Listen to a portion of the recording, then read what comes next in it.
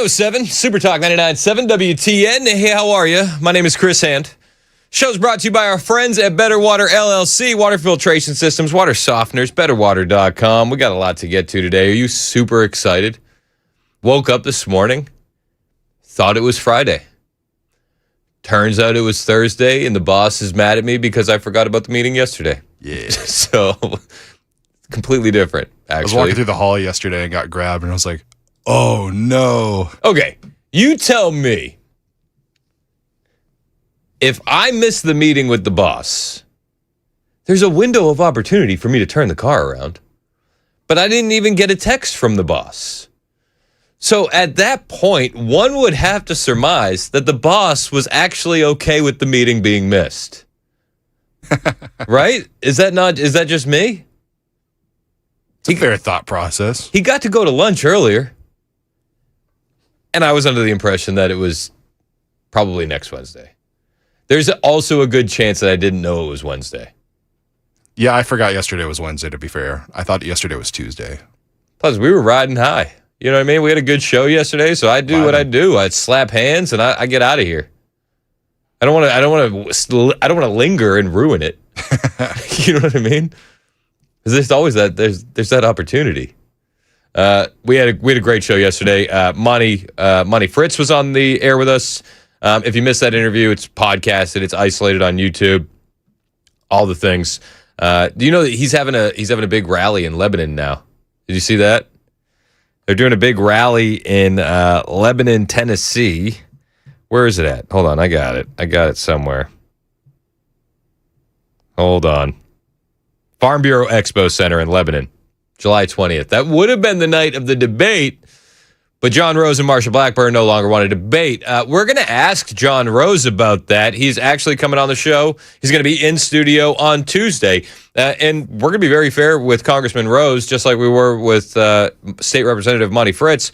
And I'm essentially going to ask him all of the same questions that I asked Monty Fritz, which, I mean, I guess you could say it gives him an unfair advantage because he could just listen to that interview and kind of have a cheat sheet, the cliff notes of what the interview will be. But I think they were good questions, and I want answers from all of our representatives. So I had texted John Rose to see if he would want to come on, and then his campaign manager, I believe it was, one of his guys got back to me and helped me get it on the schedule. So we're looking forward to that. Looking forward to that conversation. Haven't heard from Marsha's people. Mm-mm. You know what I did hear, though? And this is interesting. And I understand it's just doing business. But I do know that she has announced a fundraiser in Atlanta. Huh. That feels weird, doesn't it? Wait a second. That's not Tennessee. Get this, though. The fundraiser was announced already. Do you want to know the date of the fundraiser? August 26th. 20 days after the primary. So I think it's important to point out that as of right now, if you look at the polling, yes, Marsha Blackburn has the best chance to win. But would you consider that counting your chickens before they hatch? Like, to me, it gives me vibes, and because it's in Atlanta, this immediately popped in my head. It gives me that vibe of, remember when the Patriots were playing the Atlanta Falcons in the Super Bowl? And the Atlanta Falcons owner came down to the field, and there was still time left on the clock because he wanted to be down on the field to celebrate with the team when they won the Super Bowl.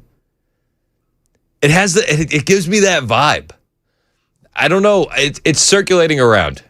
It is circulating around. Everything I did to fact check it said that it is a real event, and it does. It gives me counting chickens before they hatch vibes. Maybe, and you know what? She could be 100% already the victor. But it just doesn't feel good. It doesn't feel right. And I also heard that she was also fundraising in Mississippi as well. Which again, I don't want to knock it entirely because that's not exactly like something that only Marsha Blackburn has ever done while campaigning for governor, right? But I wonder how voters would feel about that. 615-737-9986. Marsha Blackburn has a flyer circulating saying that she is going to be fundraising in Atlanta on August 26th. Like, I wouldn't have done that. I would have announced that on the 7th or the 8th. Right? Maybe it's just me? Maybe she's got it in the bag. Maybe she's looking at the numbers, she's looking at the polling, and she's like, no, we're good. We're good, fam. Not worried about these plebes. Not worried about Rose or Fritz. Maybe she doesn't have to be. But I just found it off. It was off-putting. It was off-putting. No love lost. Nothing. I don't know. I don't want to, like, here's the thing, too. It's like, I don't want to be, but so hard on Marsha, because it does look like she's going to win the governor's race, and I don't want to have the same line of communication that I've had with Governor Lee, which is, have we had a line of communication with Governor Lee? No, we have not. So, so you want to at least have a seat at the table, right? If you don't line up with these interests all the way, all the time, you want to be able to have a line in so that way you can push back on bad ideas and bad policies. But I don't know if I'm going to have that. Probably because I run my mouth, which is fair. That's fair. I don't know if I would have that with anybody. Even though I like Fritz, he'd probably be like, yeah, I've had enough of Chris. I'll be honest with you. So tonight, Donald Trump is going to be making a big speech. President Trump, this is what we're hearing from some news sources. CBS says President Trump is preparing to drop bombshells that the CIA knew and withheld from him during his first term, the fact that foreign powers meddled in U.S. elections. And China, maybe you've heard of them, China compromised voter data. Interesting. President Trump spoke about this just the other day while he was in the Oval Office with the Prime Minister of Iraq. I'd rather save it. It will concern that subject. We'll have a couple of other things to say also. But I'd rather save it. But it's really big news. It's really, really big news. And our country has to shape up. But that's what we're going to be talking about Thursday is it doesn't get bigger. Because without free and fair elections, you don't have a country. We'll be discussing other things too. But it's going to be a very big announcement. Yeah. So that was the president just a couple days ago inside the Oval Office. He was sitting next to the Prime Minister of Iraq, but he said, yeah, that announcement that he is going to address the nation with on Thursday, very big news. Again, CBS reporting that the CIA knew and withheld from him during his first term the fact that foreign powers meddled in U.S. elections and that China compromised voter data. Now, maybe that's it. Maybe it's going to be groundbreaking. Maybe not.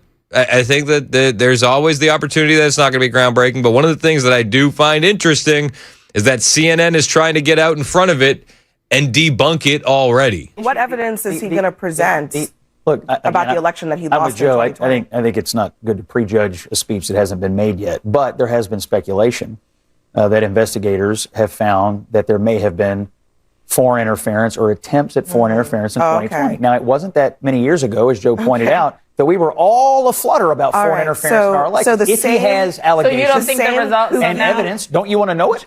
I do. If there is evidence. Also, it wouldn't shock me if the CIA withheld information from President Trump during his first term, because if you recall correctly, it was the CIA that was pushing Russia. Now, and at that time, it's crazy because every Democrat within earshot was screaming and yelling about foreign meddling in our elections. Yet you fast forward a little bit, and because President Trump is now on that side saying there was foreign interference, if that's what he says, big if, we got to give it with a caveat. Every Democrat is going to be on the opposite side of it, saying there was no foreign interference, after we have years of them being on record saying that there was. It's interesting. It's interesting. I mean, all of this proves the case for the Save America Act. J.D. Vance sat down with Joe Rogan for nearly a 3-hour conversation, which dropped yesterday. And they were talking about a lot of the same things when it comes to voting irregularities. And Rogan and Vance, they spent essentially 2 minutes exposing the irregularities that we saw in the LA mayoral race. And those irregularities, if you're keeping score at home, also involved heading on down to Skid Row and, paying the homeless $2 or a couple loose cigarettes for registering to vote or putting their names on mail-in ballots. First of all, what happened with the last election in Los Angeles, just the primary, I think was crazy. So super sus. Yes, and here's why it's super sus. Not just super sus that Spencer Pratt, who was in second place, got overtaken by Nithya Raman in the mail-in ballots, but that the mail-in ballots also passed a tax hike. The people voted to pay more taxes. Yep. No, well, here's the thing. And I think that I speak for Californians when I tell you they're the most empathetic individuals in the country, and they understand that, in a way that you don't, you stupid idiots, that the rich need to pay their fair share. The rich need to pay more. So that's what they were doing, obviously. They were putting their money where their mouth is, right on the cheeks of the government. So, in a state where you have the highest taxes. That's right. They're like, we don't pay enough. many such cases. I don't know. I think these guys are just conspiracy theorists. That is insane. Then when you have direct evidence that they were recruiting homeless people. That's right. And they were getting homeless people and giving them cigarettes and cash. There's evidence of this. To use their address and mail-in ballots. Yeah, I wouldn't be the Californian Joe who wakes up in the morning and says, you know what, I'm going to go and vote for higher taxes. I think a lot of them do that, actually. I think many such cases. You're a conspiracy theorist if you don't believe it. They also talked about the 2020 election, which I do think a lot of this. I think if I'm a betting man, I think a lot of the big news address tonight, the addressing the nation of President Trump, is going to circle around. And J.D. Vance dispelled the rumors that the 2020 election, all of the election fraud cases brought to court were disproven in court. If you remember in the aftermath of the 2020 election, where there was all this debate about was the election stolen, was the election not stolen, all the litigation that moved through, there was a case in Pennsylvania that didn't get very much attention, and I'm going to butcher it a little bit, but basically it was a guy in a rural area of Pennsylvania saying, you're undercounting my vote because we didn't have the opportunity to do the mail-in ballots like they did in Philadelphia and Pittsburgh. And the argument was a kind of disparate impact, right? The cities ginned up all the mail-in balloting and the ballot harvesting. You didn't do that in the country, and that hurt sort of our representation. So they take this case to the Pennsylvania courts, and what's crazy is the Pennsylvania courts basically say, you're making kind of a good point here. The ballot harvesting did affect Republicans in a more negative way. It did mean that certain people in the more rural parts of the state were underrepresented. But then the court conclusion was, this is not a problem a court can fix. That's a political problem. Change your, local elections leaders, change your laws. That's not a remedy that the court has to fix. And so everybody saw that case and they're like, oh, the judge rules against Donald Trump, rules against Republicans for saying that there was something illegitimate. But no, actually, the judge kind of said, there is something kind of fishy here. We're just the wrong venue to fix it. But everything was disproven in court, right? A lot of these cases they didn't even want to look at. You know it and I know it. The 2020 election was not on the up and up. The how and why is really the only thing open for debate.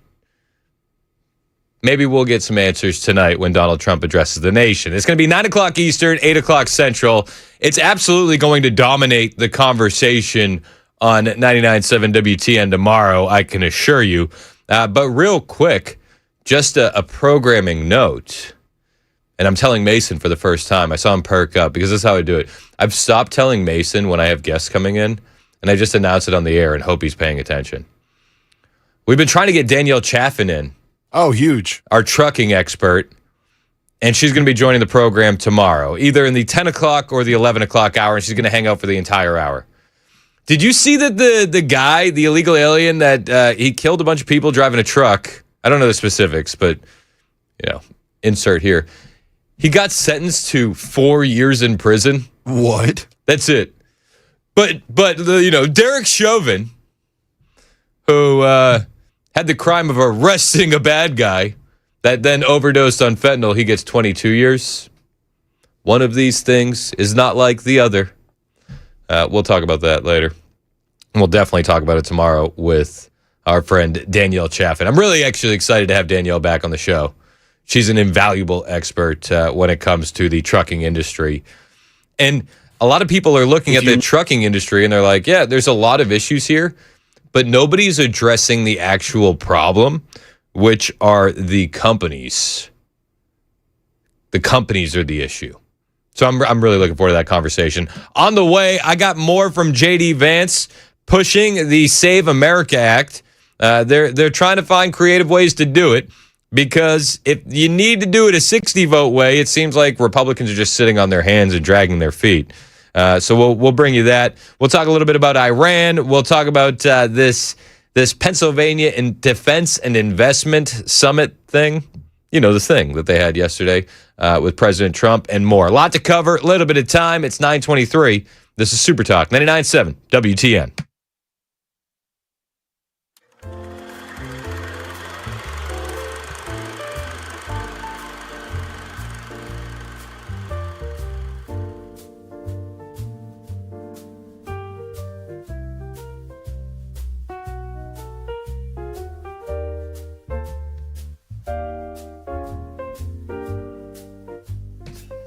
Hey, what's up? It's Chris Hand here to tell you about my friends at Better Water. Not only are they an amazing sponsor of the show, but they do an amazing job getting the junk out of the water that you're drinking, bathing in, and making coffee with. You don't want to make coffee with water that has E. coli in it. I don't know if you're keeping score at home, but you could have E. coli in your water. You could have sulfur, iron, chlorine, bacteria, some nasty stuff. Now, here's the best part. Better Water will test your water for free today. And if you don't have any of that stuff in it, they're going to give you a clean bill of health on your water. If you do have some of the nasty stuff in it, they can clean it up so fast for you with reverse osmosis, specialized filters, UV lights, you name it. Better Water has you covered. And these guys have a reputation for doing good work. The local hospitals around town trust them. The local coffee shops around town trust them. You can trust them as well. Local company based right out of Smyrna, Tennessee, and they serve all of Middle Tennessee. So stop drinking the junk out of your tap. Give Better Water a call today. Say, Chris Hand said that you would test my water for free, and they'll say, yes, sir. Yes, madam. We can do that for you. 615-355-6063, 615-355-6063, and you can always find them online, betterwater.com.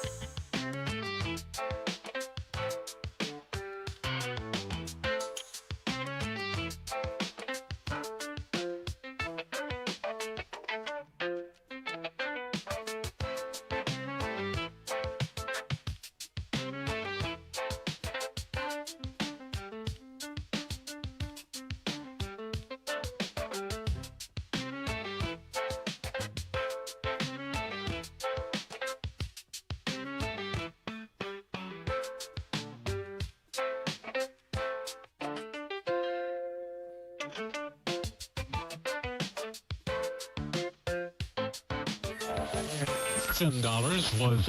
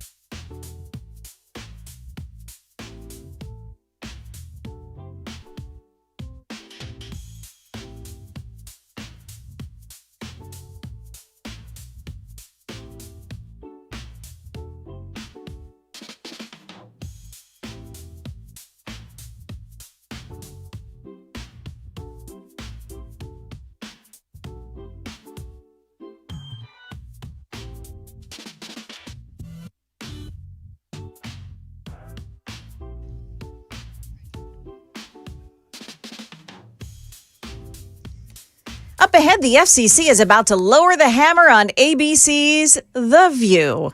That's coming up at 9:30 on Super Talk 99.7 WTN. That's Joan Jones in the newsroom. Headlines on the way in less than 10 minutes. My name is Chris Hand. JD Vance, Mike Johnson. They're talking about forcing the Save America Act into legislation that only needs 50 votes plus JD to break the tie. It's crazy that we have to do this, but we have to because Senate Majority Leader John Thune is absolutely soft. SAWFT, soft. Trump administration's priority is to actually get the Save America Act passed. We have the proudest and in some ways the oldest democracy anywhere in the world. 250 years we just celebrated, and yet if you vote in California, you're lucky if a month after the election day, your vote has actually been counted. He's not wrong. He actually talked about this a little bit with Joe Rogan yesterday, too. He called it Senate procedural bovine scatology. I could say the real word if we were in the commercial break on YouTube or Rumble. And maybe, just maybe I will. Hit like and subscribe on YouTube. We'll bring you more from JD Vance and Mike Johnson on the way, plus some of the clips from the Joe Rogan Experience. Nearly 3 hours with JD Vance. We'll do that next. It's 9:30 on Super Talk 99.7 WTN.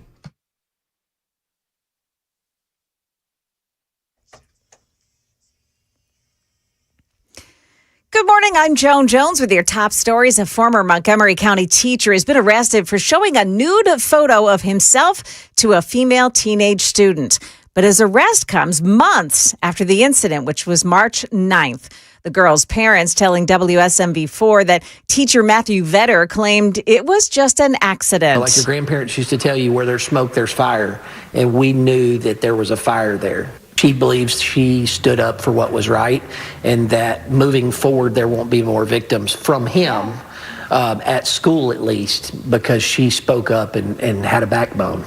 After that incident, Clarksville Montgomery County Schools reassigned Vetter. He later resigned. His wife is Jean Luna Vetter. She continues to be employed as the superintendent of the schools. A Nashville man is facing charges after allegedly stealing a car with a 1-year-old child inside. That mother was making a delivery on 21st Avenue South near Scarrett Place yesterday when she left the vehicle running with the child in the back seat. The car was found later abandoned with the child still inside and okay. Officers later found 43-year-old Joshua Melton. He was wearing the same clothing that was seen in surveillance footage of the incident. And the FCC is preparing to rule that the ABC show The View is not a news program, and that would subject the show to federal equal time rules for political candidates. The show would be forced to offer rival candidates comparable airtime when interviewing someone running for office. ABC argues that requirement would fundamentally alter its editorial discretion, and it is expected to challenge the ruling. That's the latest news. Weather is next. I'm Joan Jones, WTN News.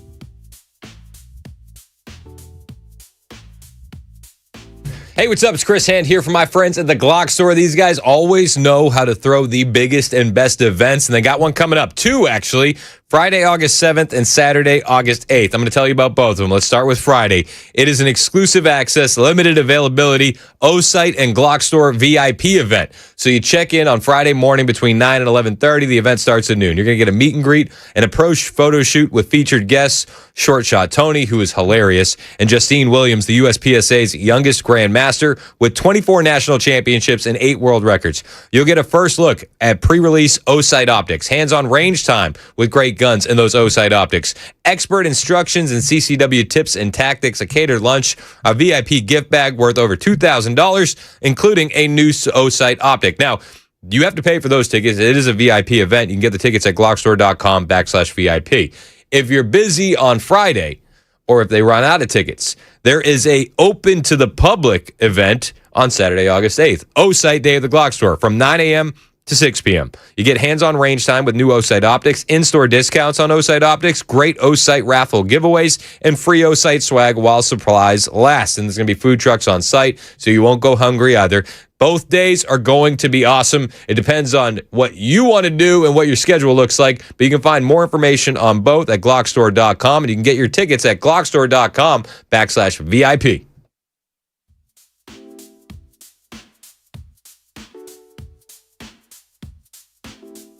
The guaranteed offer is the simplest, least stressful way to sell your home. You go to our website, you fill out a quick form, we set an appointment, we bring you an all-cash offer. Literally, there's no lockbox on the front of your house, there's no showings, we pay all cash, we close in as little as 21 days, stress-free. We've helped thousands of homeowners just like you sell your home the hassle-free way with the guaranteed offer from Mark Spain Real Estate.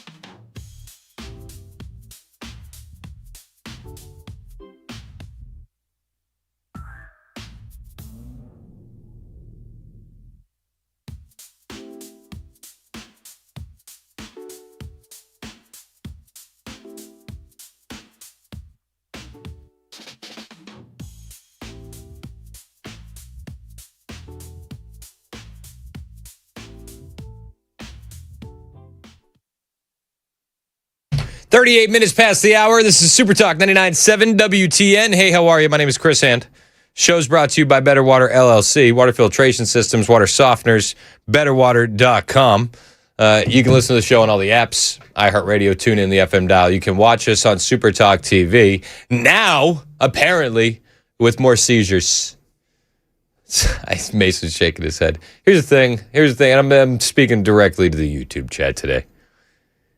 Everyone yesterday, was like, this is amazing.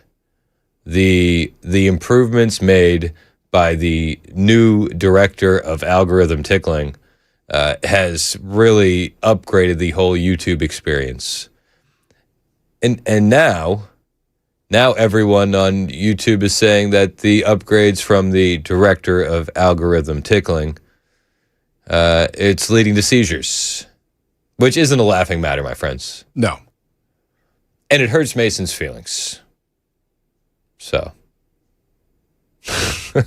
Shaking with anger. It hurts my feelings too. I have a bit of empathy for my friend Mason, the director of algorithm tickling.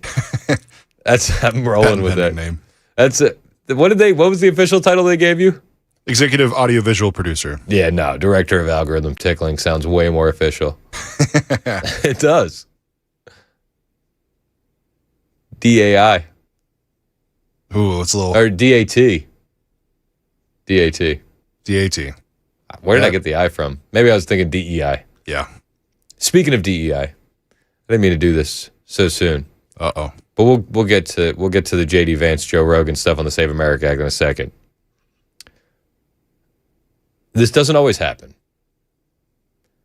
but I believe it's happened before.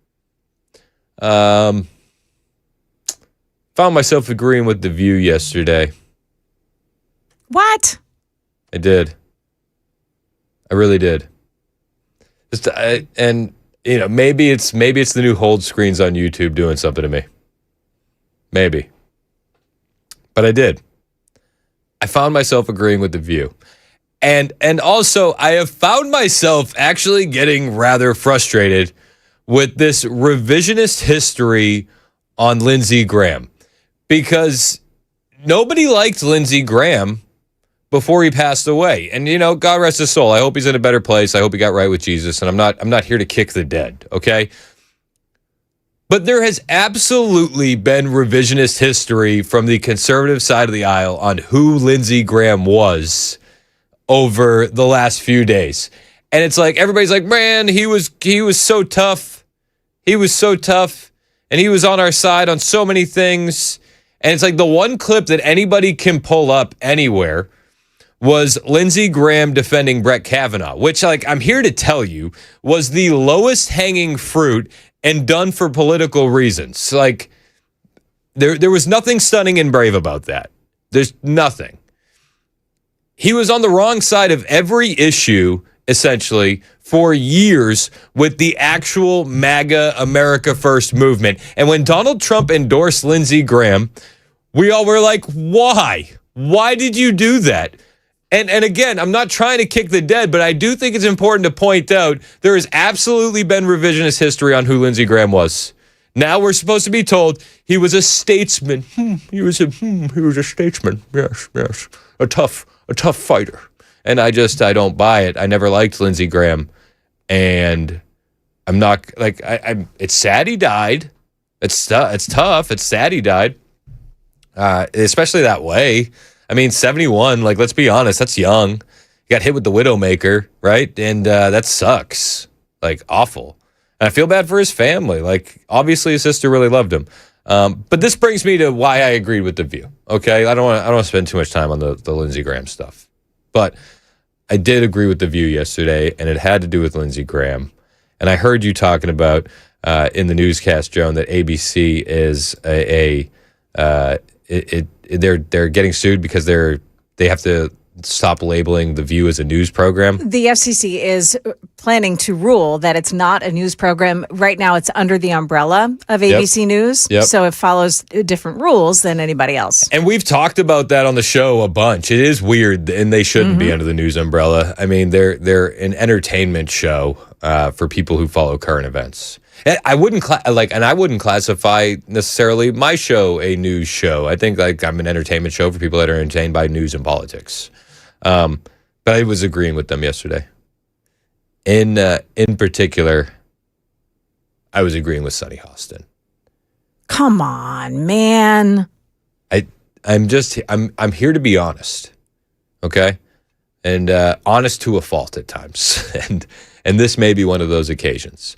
So listen to this. Make you wonder what was going on. I don't love it. I don't love it. You know, she'll be the first woman to be a U.S. senator in South Carolina in the history of the state, and I think it's just fundamentally wrong that South Carolina just couldn't elect a woman, and this is the only way that it was done. I think that experience does matter, and while she is a certified optician and while she has done great work in that field, I don't think that she should be representing the people of South Carolina in the U.S. Senate. I just don't. Isn't this the very definition of a DEI? Correct. If DEI stands for didn't earn it, yes, Darlene Graham becoming the first female senator in South Carolina's history is exactly the definition of DEI. And that might make you upset. It's a tough pill to swallow, especially with all the revisionist history going on with Lindsey Graham. Everything's got to be great. Everything's got to be so awesome with Lindsey Graham. But no, and I didn't like it when they first said it. I didn't like it when Trump tweeted it out or Truth Socialed it out. I was like, that doesn't sound right.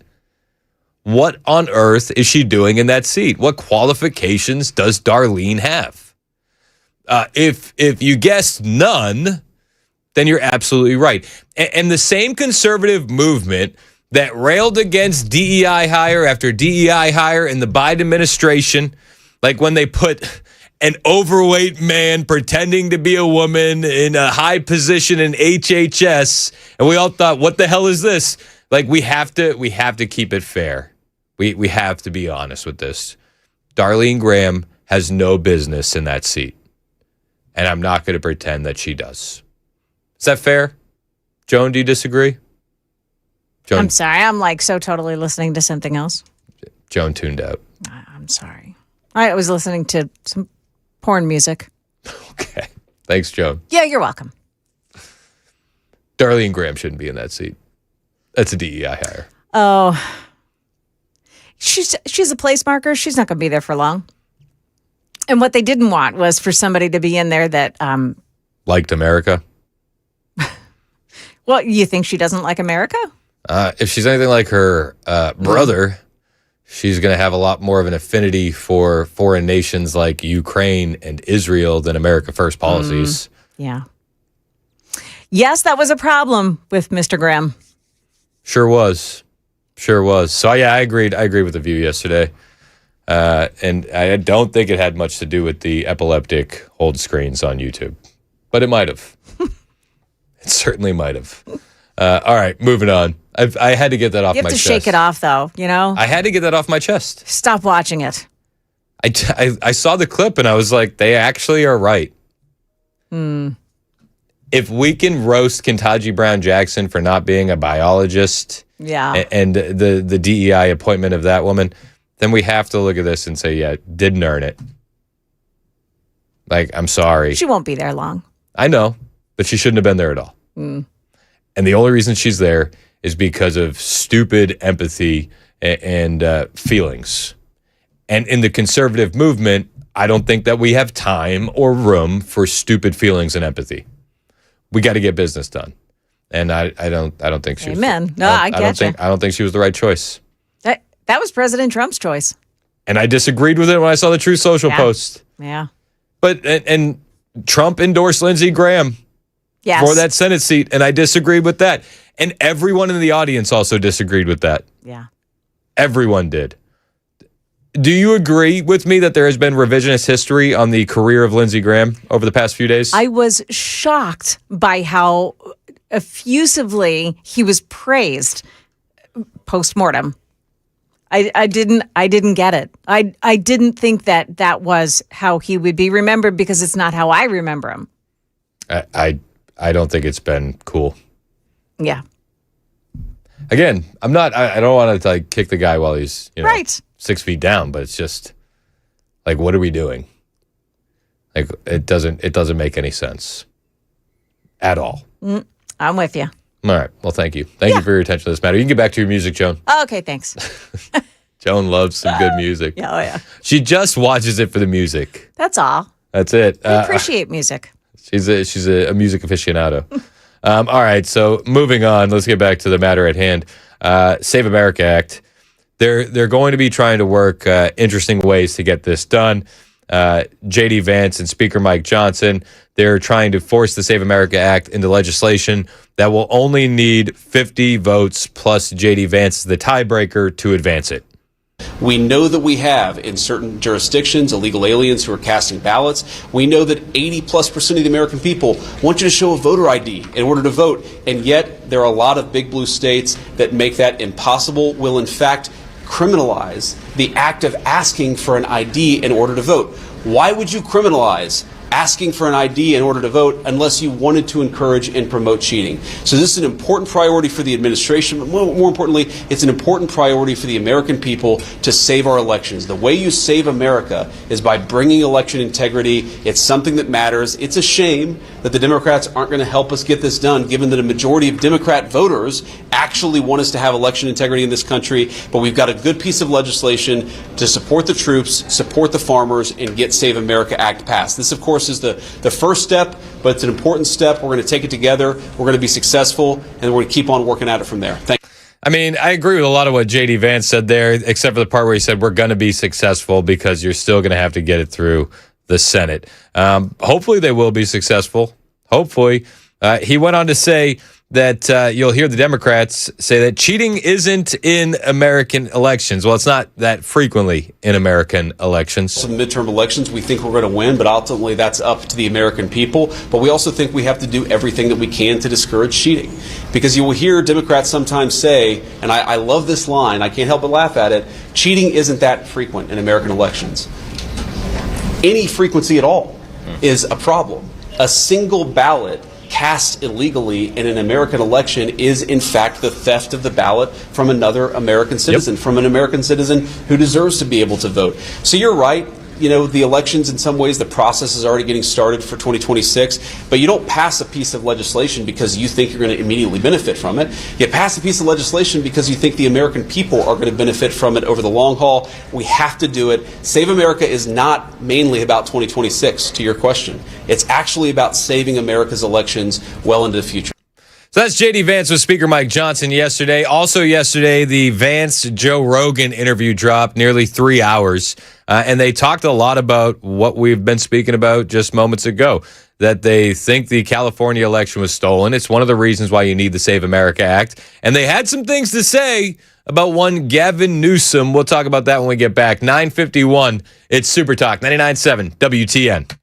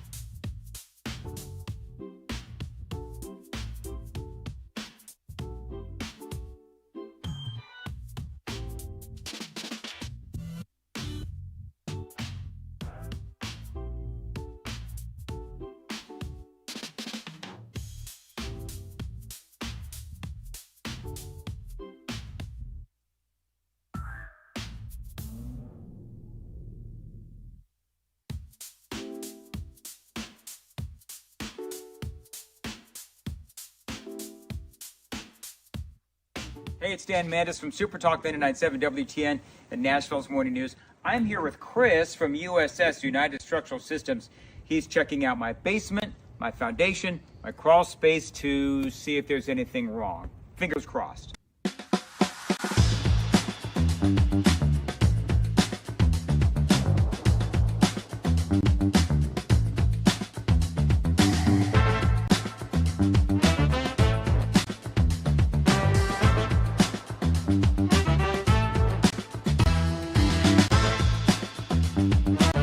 All right, so there's good news and there's bad news. The bad news is we found some cracks in my basement wall. The good news, I've got Chris here who's going to walk me through the next steps. Yes, so unfortunately, your house has been subject to the pressure of the dirt The hydrostatic pressure, heavy dirt pushes on foundation walls, and you've got a little bit of what we call bowing. So that wall is pushed in a little bit, but we have a lifetime warranty solution for that. So we install, usually in a day or two, this can be done in most situations. We install carbon fiber straps, which keep the wall from moving inward at any point in the future. It's a lifetime warranty for anybody that ever owns this house. So it's a quick and routine thing that we do, but it yields some long-lasting benefits. It's a great selling point if you want to sell your house. Absolutely. Good thing about our warranties is they're not only transferable, like the contract says, they're automatically transferred when you sell your house. So you'll have to sign any paperwork or even send us an email saying that you sold your house. Warranty would transfer to the next owner.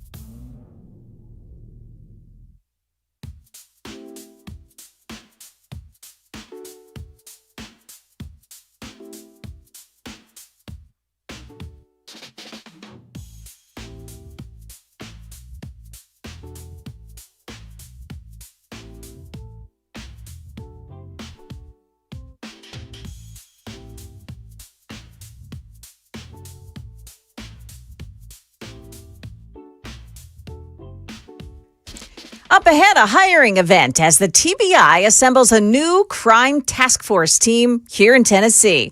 It's coming up at 10 on Super Talk 99.7 WTN. That's Joan Jones in the newsroom. My name is Chris Hand. The show is brought to you by our friends at Better Water LLC. Headlines on the way in less than 3 minutes.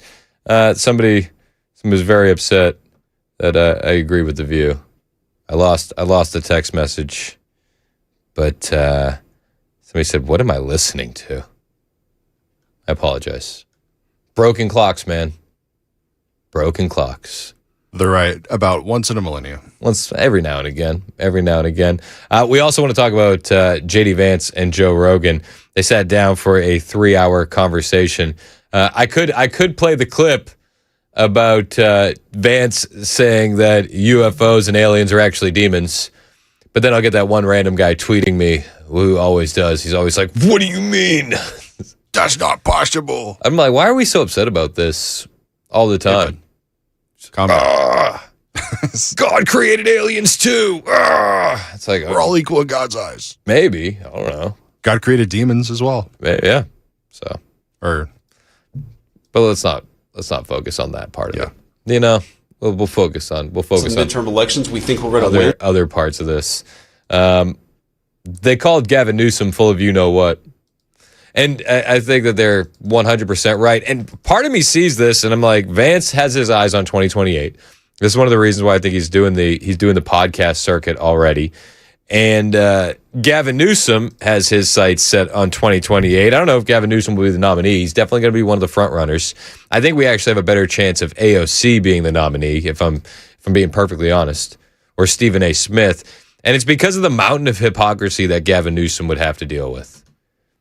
And there's a lot of hypocrisy in Gavin Newsom's past, but this is Vance and Rogan on Gavin Newsom. Gavin Newsom did this speech a few months ago. The president, I think it's the funniest thing ever because he's like speaking to a group of black leaders and black businessmen, but it's like an audience that is 95% black. And they're asking him about his dyslexia and his struggle with education. And he basically says, yeah, I'm not very smart like a lot of you. And it's like, I'm like you. I can't even read. Can't even read. Meanwhile, there's a ton of interviews where he's talking about all the books he reads. It's like, remember when Joe Biden said, poor kids are just as smart as white kids. Remember that? It's like that same energy. Like he's so full of shit. Yeah, he's full of shit, but it's admirably full of shit. But I admire the sheer tenacity that he has in being full of shit. Because it's amazing. It really is amazing.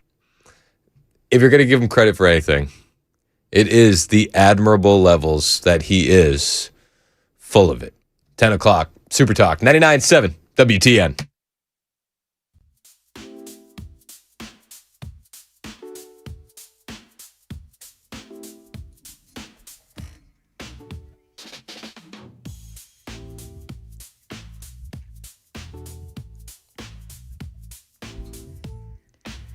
Good morning, 10 o'clock. I'm Joan Jones with your top stories. The owner of a pizza shop in Memphis defending his decision to turn away 4 Tennessee National Guardsmen who came in to grab some lunch.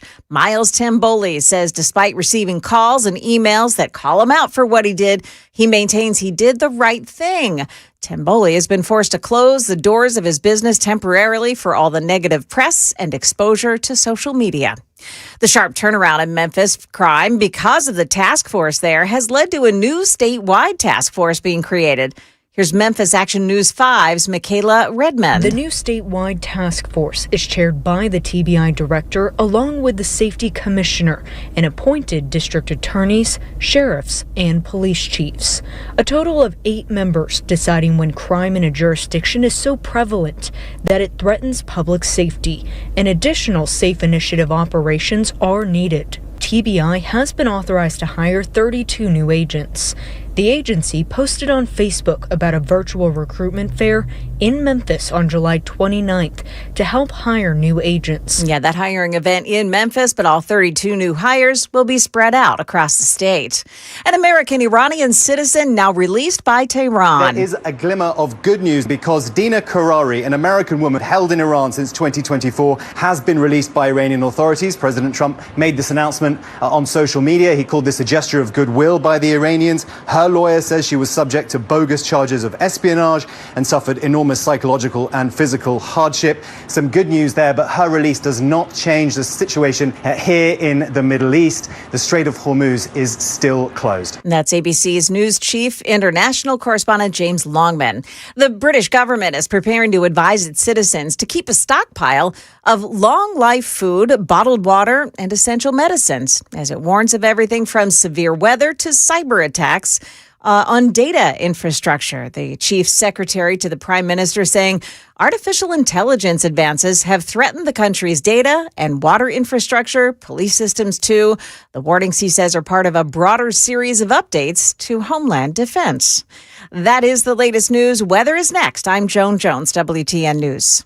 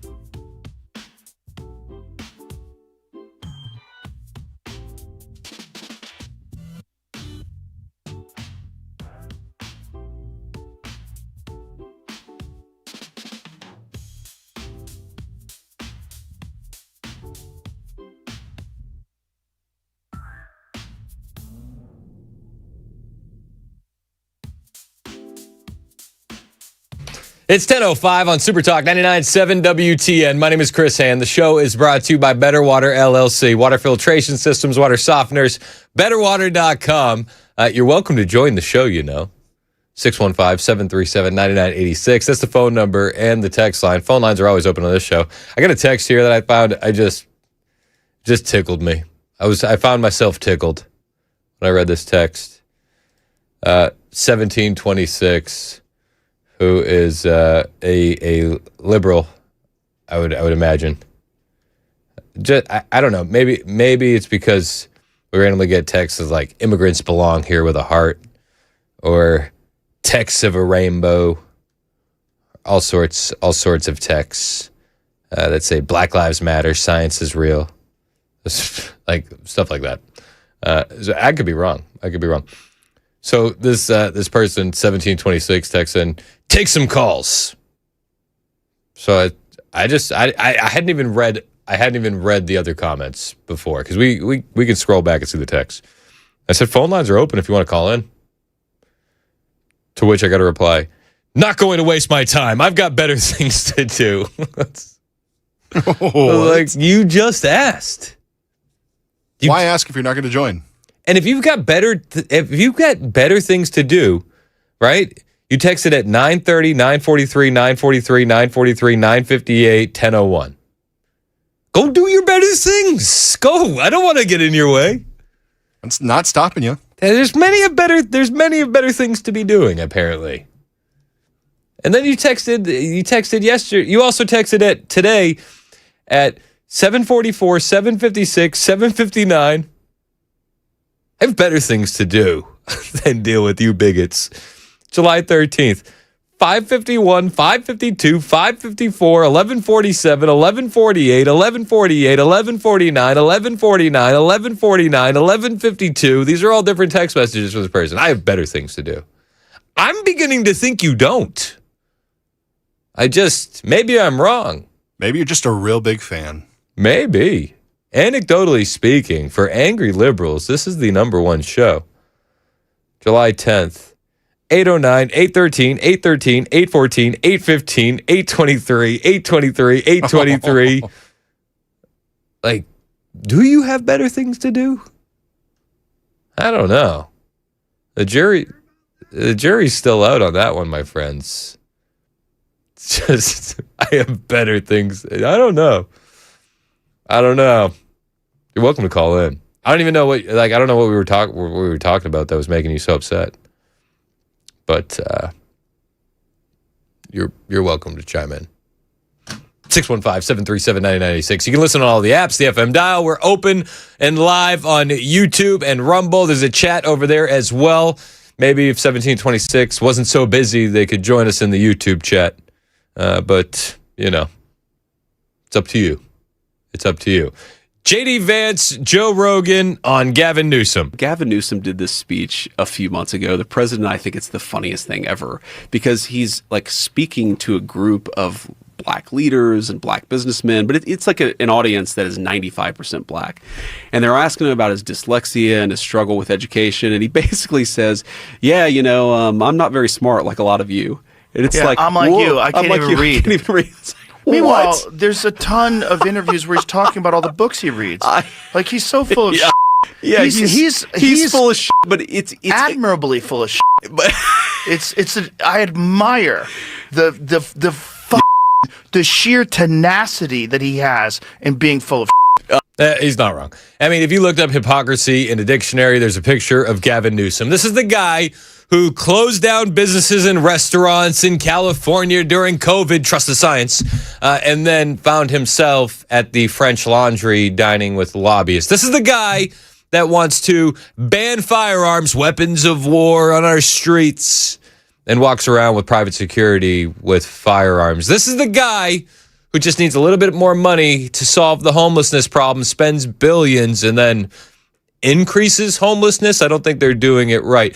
Gavin Newsom, and for all intents and purposes, when it comes to the 2028 presidential race, he would be the best candidate for us. Does that make sense? Like, as far as a conservative goes, I think Gavin Newsom is a far better opponent than an AOC or a Josh Shapiro or a Wes Moore, because you have a mountain of things that you can absolutely rake him over the coals on.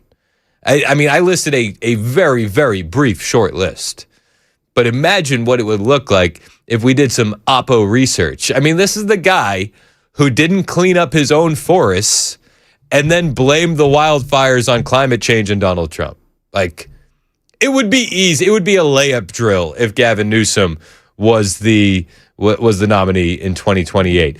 They were going in on California during this podcast, and Vance talked about driving through California and feeling like he was in a third world country. And I still feel a certain sense of like heartbreak over LA. Oh, I do because too. every time I'm in LA, you can see why this was like the quintessentially American city. Yep. The architecture is beautiful. It's got its own vibe going. Like you said, the weather is amazing. And then you drive through Skid Row and you're like, how could any state or any city let this happen? Skid Row is now 55 blocks. Put that in perspective. How long is Broadway? Like, how long is the actual downtown of Broadway? What, like 10 blocks? Right around. So times Broadway by 5.5 ish. Mathin', you know. It's a lot of Broadways. It's a lot of Broadways, and it's all full of homeless people and tents and needles and dogs that are being abused and death and despair. And they keep throwing money at it, and nothing gets fixed. It was 50 blocks, just like a year or two ago. Okay, so my first experience with Skid Row was, so Usha used to work at this like very fancy litigation firm in Southern California. Before she was second lady, she was a corporate litigator. So there's a Christmas party in downtown LA, and you get these instructions from her firm, and they're like this really convoluted way of, this is how you have to get to this Christmas party. And I'm like, why do I have to follow these directions? Why don't I just put it in Google Maps, right? This is like 5 or 6, 7 years ago. So we realized that the reason why they gave you these convoluted directions was so that you could avoid Skid Row at night. And so you get to this party, you drive through Skid Row if you follow Google Maps' directions. You get there, and it's like this beautiful facility with like fancy food and fancy wine, and then there are armed guards outside of it and these gigantic walls. Weird. I didn't think they liked walls in California. I thought they were anti-wall. Walls for me, but not for thee. Please keep the homeless away with our armed guards. Yeah. I mean, all this to say, Vance isn't wanting to give up on California, and he makes that point with Joe Rogan, saying that why should we bend the knee and give this beautiful state back to these Democrats and these liberals? Why shouldn't we fight for it? And maybe you can make the argument that it's too far gone. I pray that it's not. I don't hope for the destruction of California or New York or Chicago. I don't want any American city or state to be failing. But it seems like it's out of our hands. But Vance says we shouldn't abandon it. We should fight for California. I'm not one of these people who says we should just abandon California to the Democrats, like let them deal with their own problems.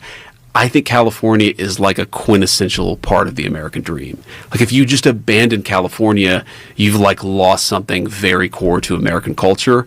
And I don't want to give up on it. Like I'm not saying we're going to win California in my lifetime necessarily, but I don't like the idea of giving up on it. Well, the only way that you could fix California is if you fix the voting irregularities and you get some leadership in there that isn't beholden to the special interests and the lobbyists and that radical leftist ideology. Now, it's a big if, but one of the ways that you could get over that hump would be the Save America Act. I mean, I know we talk about it all the time, but you don't even have to present a photo ID to register to vote in California. And we've seen this on hidden camera video after hidden camera video after hidden camera video. And then they're in the streets paying homeless people to register to vote, paying homeless people to fill out mail-in ballots on hidden camera, actually giving addresses and names to the homeless that they need to fill it out with for money, like $2 a pop, a loose cigarette here and there. It's crazy. That's you got to clean that up before you can fix California. You have to be able to stop the bleeding before you can address anything else.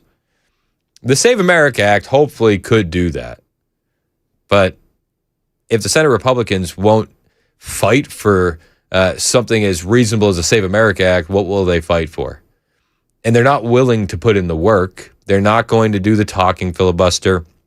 They're not going to nuke the filibuster. Yet they know that when the Democrats get back in power, that's exactly what they're willing to do. You know that when the Democrats get back in power, that's exactly what they're willing to do. They tried to do it last time, and if it wasn't for Joe Manchin, they probably would have got it done. And when that happens, all those newcomers are going to be amnestied. And when the newcomers are amnestied, well, they're voting, and they're probably voting blue no matter who. And they'll make D.C. and Puerto Rico a state, which adds 4 Democratic senators.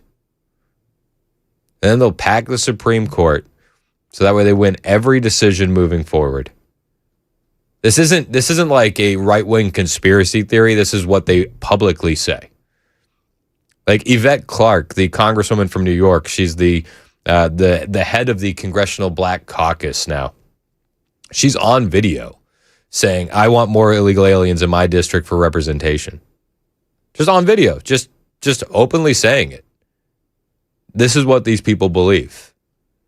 And we've seen it time and time again. I mean, it was just yesterday, Chuck Schumer was like, the Save America Act will never be passed. And Chuck, to be honest, Chuck at one point in his political career was a fan of voter ID. He didn't used to be this radical, but he probably sees the writing on the wall too. And if he wants to hang on to political power, he's going to do what he needs to do to hang on to political power. And you're bending the knee to these Democrat socialists of America. And yesterday, Chuck Schumer said this.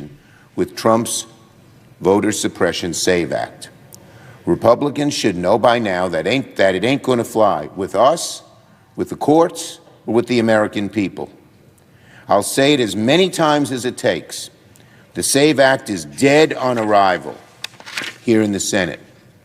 I don't care how Republicans try to package their plan to resurrect the old ghost of Jim Crow. We will kill it. Yeah, this is Jim Crow. This is going to disenfranchise black voters, even though a majority amount of black voters want voter ID. This is the bigotry of low expectations that the Democrats always push on certain ethnic groups. So it's so hard for you to get an ID, isn't it? I'm just like you. I can't read either. You know, it's like, what do you mean? What are you talking about? You need an ID to get on an airplane. You need an ID to buy alcohol. You need an ID for so many different things in life. Everybody can get an ID. This is Jim Crow. It's not, actually. There's no literacy test here. I mean, what are we doing? It's Jim Crow. This is dead on arrival. So you know what the Democrats are willing to do. You know that they're willing to fight tooth and nail. They're probably going to shut the government down over this again. And what are we doing? We're going, oh, gee whiz, guys. Can't we just work together? No, we can't. We can't. That time has passed. So are you willing to fight? Are you willing to nuke the filibuster? No, they're not. Nancy Pelosi the other day, it was comical. Nancy Pelosi was on a stage and she's like, you know, the Republicans just fall in line.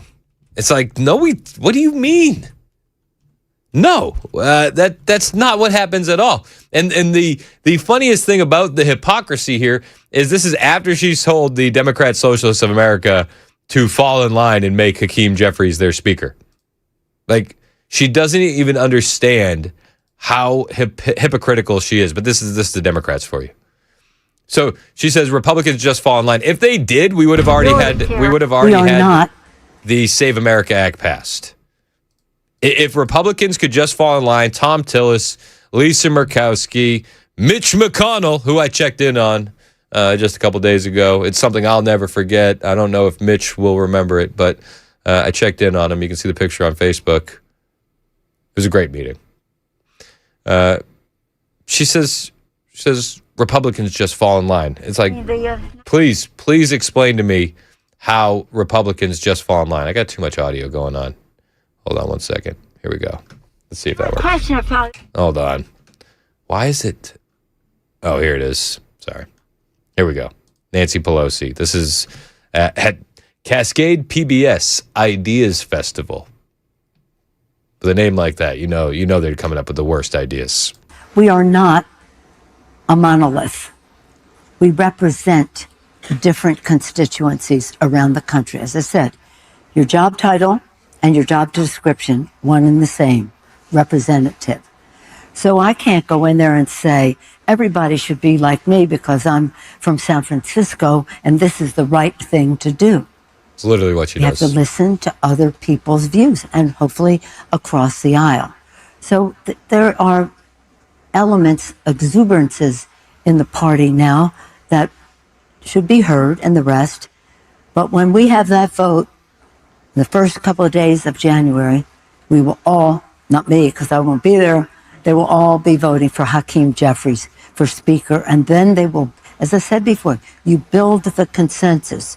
You recognize the importance of every voice. And everybody doesn't think alike. That's not what a democracy is about. We could just go home and let one person speak for all of us if that's the attitude that people want the party to have. We are the Democratic Party.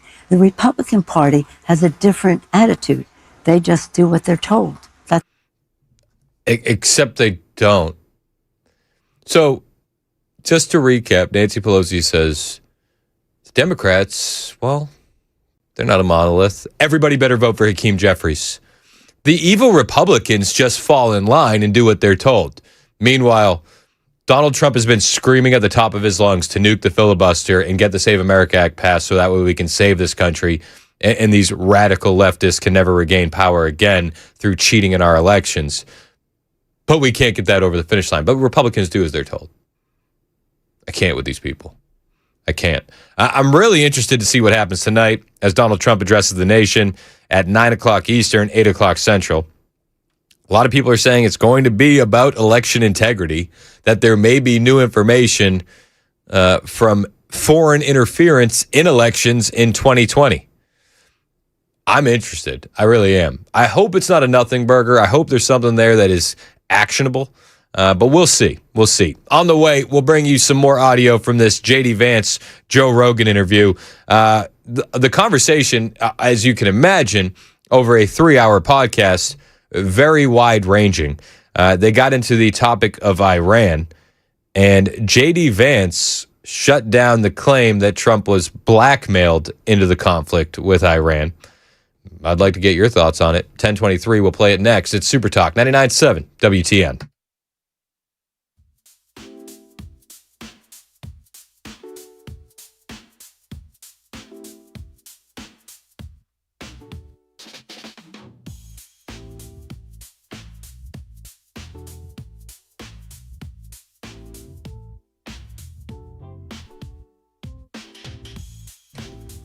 Hey, what's up? It's Chris Hand here for the Wellness Institute of Nashville, and I got to give my personal seal of approval on the entire team over at the Wellness Institute of Nashville. These guys are untouchable. And Dr. Mitch, when it comes to leading cutting-edge technology, he is the absolute best, and he's got a new piece of equipment for you called Medical Bay One.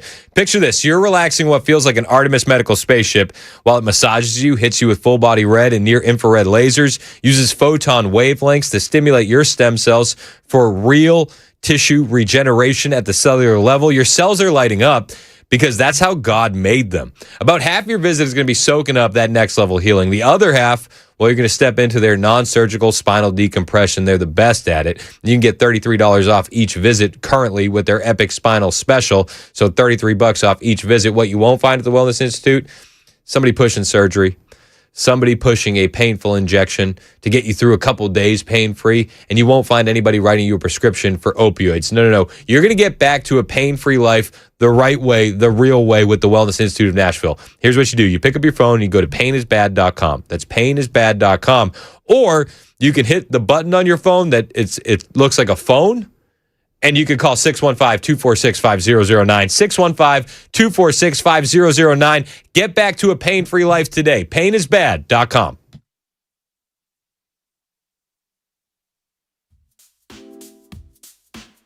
Hey, this is Pastor Al, and join us on Super Talk 99.7, Sunday evenings from 7 to 8. We're going to look at the news from a biblical perspective. Are Democrats waking up to the fact that 80-20 issues aren't exactly a good look to defend? To the average person, the murder rate's about life and death. You don't brag about a rising murder rate. And the Democrats are, I agree with you, Mika, they're falling into the trap of defending what's indefensible. It's a trap. It's a trap. Yes, it's a trap. I mean, if it's not a winner politically. I mean, I think she's right.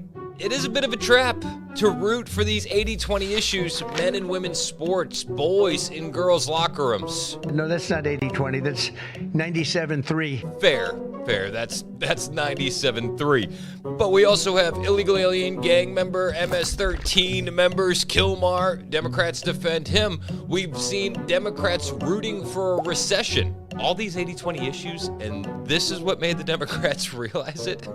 How long until they forget again? A few hours, tops. The guaranteed offer is the simplest, least stressful way to sell your home. You go to our website, you fill out a quick form, we set an appointment, we bring you an all-cash offer. Literally, there's no lockbox on the front of your house, there's no showings, we pay all cash, we close in as little as 21 days, stress-free. We've helped thousands of homeowners just like you sell your home the hassle-free way with a guaranteed offer from Mark Spain Real Estate.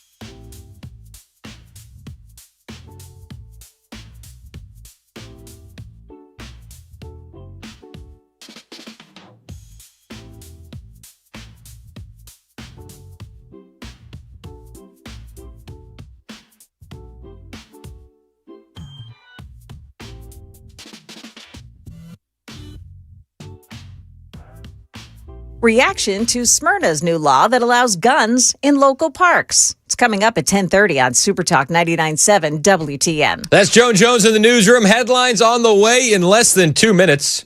My name is Chris Hand. Show's brought to you by Better Water LLC, water filtration systems, water softeners, betterwater.com. Going mega viral today, J.D. Vance and Joe Rogan. You've probably seen some of the clips online.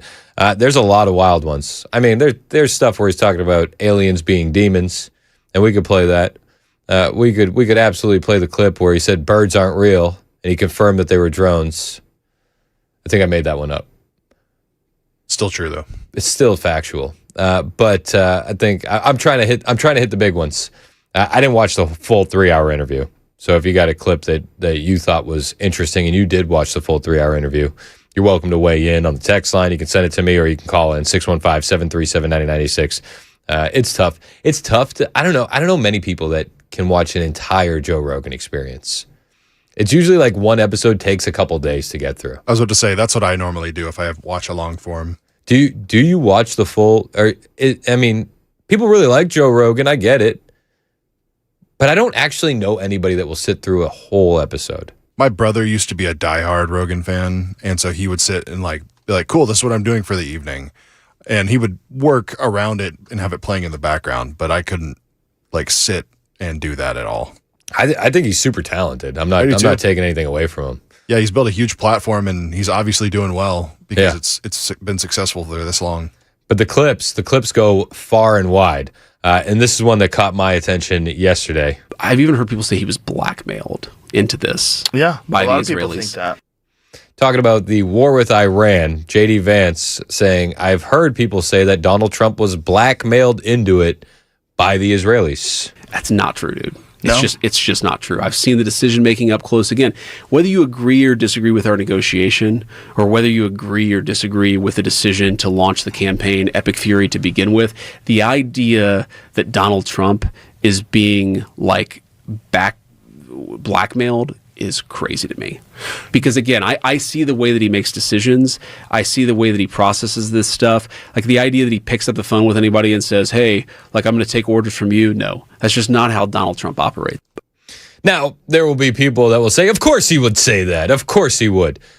I don't know. Maybe he was coerced. into it. I wouldn't go as far as to say blackmailed, but maybe he was talked into it by a greatest ally.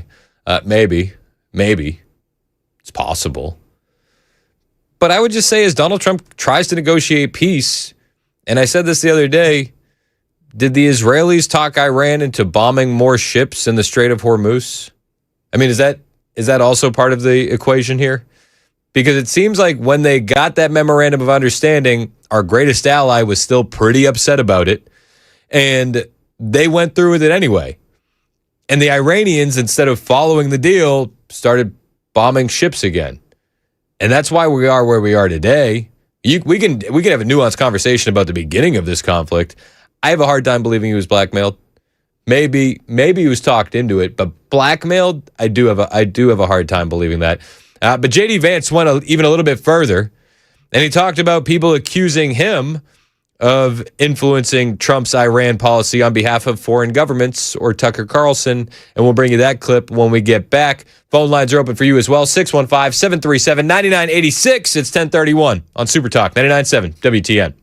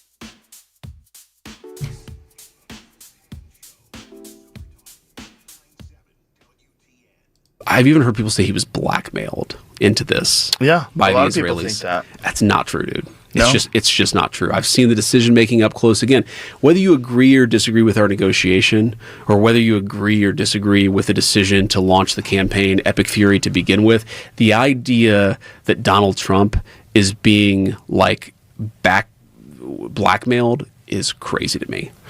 That was JD Vance sitting down with Joe Rogan, almost a 3-hour conversation. The idea that Donald Trump was blackmailed into this is crazy.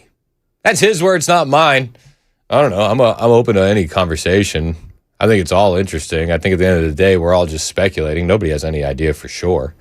I mean, the people that think that Donald Trump was blackmailed into this situation will listen to that clip and go, of course he's going to say that. What else would he say? The people that don't think that Donald Trump was blackmailed in that situation will go, of course he wasn't blackmailed into that, right? Like, JD can't, he's in like a no-win situation there. Whichever side of the equation you're on. Completely no-win. Completely no-win.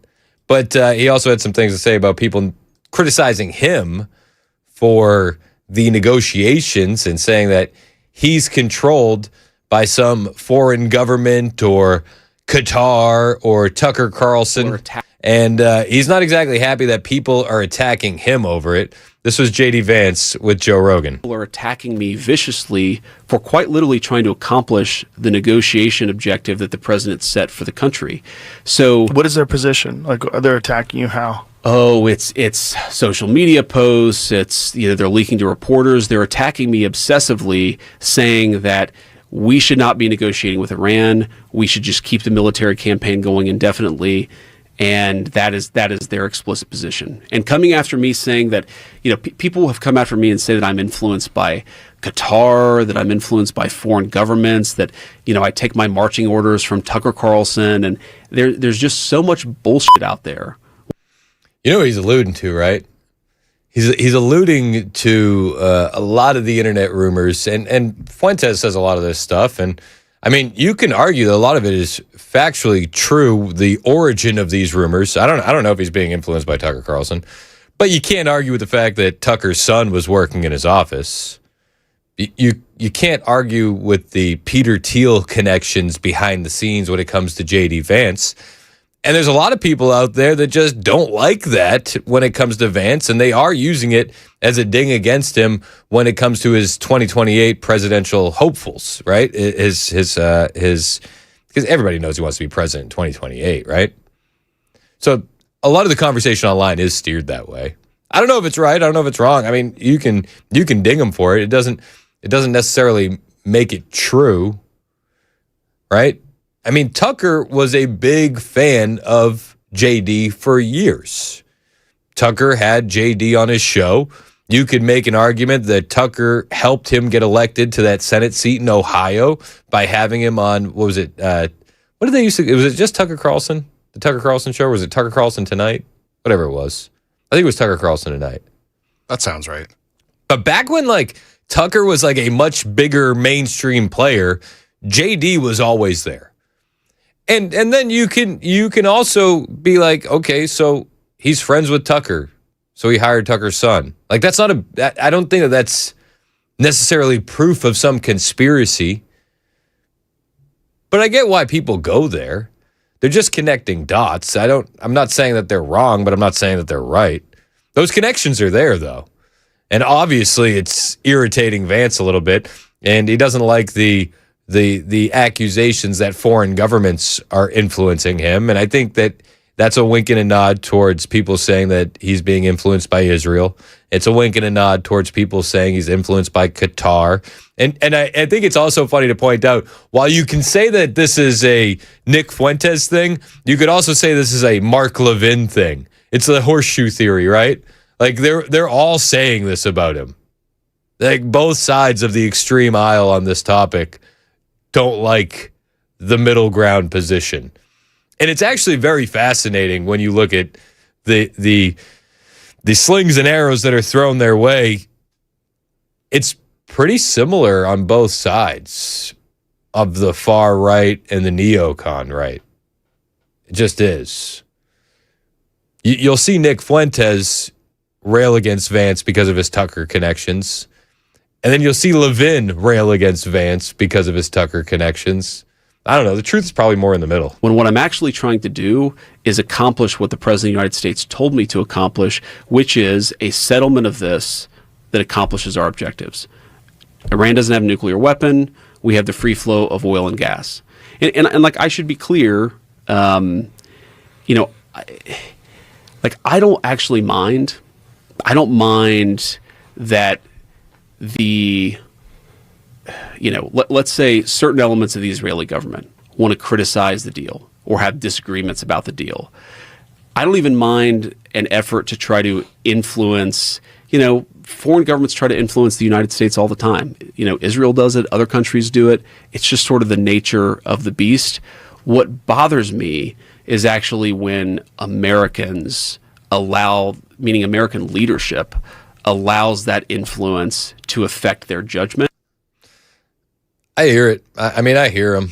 Of course, Israel is going to try and influence things in a certain way. In much the same way you could say Saudi Arabia would try to influence this conflict a certain way, or Bahrain or Qatar or the United Arab Emirates or Western European countries would try and influence it to make it more favorable for them. That's just the nature of doing business. But he says it pisses him off when Americans allow that to influence their judgment. He says it doesn't bother him, but when you listen to the clip, it does sound like it bothers him a little bit, doesn't it? And maybe I'm reading too much into it, but he does sound a little salty. He does. It does sound like it's getting to him. And at the end of the day, if all he's doing is going out there to try and negotiate a peace deal for a war that you can make the argument J.D. Vance wasn't necessarily in favor of from the jump, I can understand why he'd be salty. Like, you're mad at me because I'm out there trying to end it. You're accusing me of being an agent of Israel or an agent of Qatar because I'm trying to end this. I could see why that would make you upset. But he also leaned in on the blackmail stuff. Joe Rogan asked good questions, and I do love the fact that he went on this podcast because Rogan isn't going to hold back, and it's going to be a wide-ranging conversation. And they did. They did have a wide-ranging conversation. Back to that blackmail piece when he said, is Trump blackmailed? That goes back to the Epstein files. And the conspiracy theories there are never going to go away until we see some people in handcuffs. Whether you think Donald Trump is covering everything up or whether you think Donald Trump had nothing to hide, it's never going anywhere. It's just not. The American people want more answers over the Epstein files. And J.D. Vance, he said that they absolutely screwed up the rollout and the handling of the Epstein files. I say this with all candor, we absolutely screwed up the comms of the Epstein files, we just did. But do I think the reason we screwed up the comms is because we were trying to hide something? No. I think the reason we screwed up the comms of the Epstein files is one, Pam Bondi said, the client list is on my desk, right? Well, they had binders. They were standing in front. But those binders were largely documents that had already been released, right?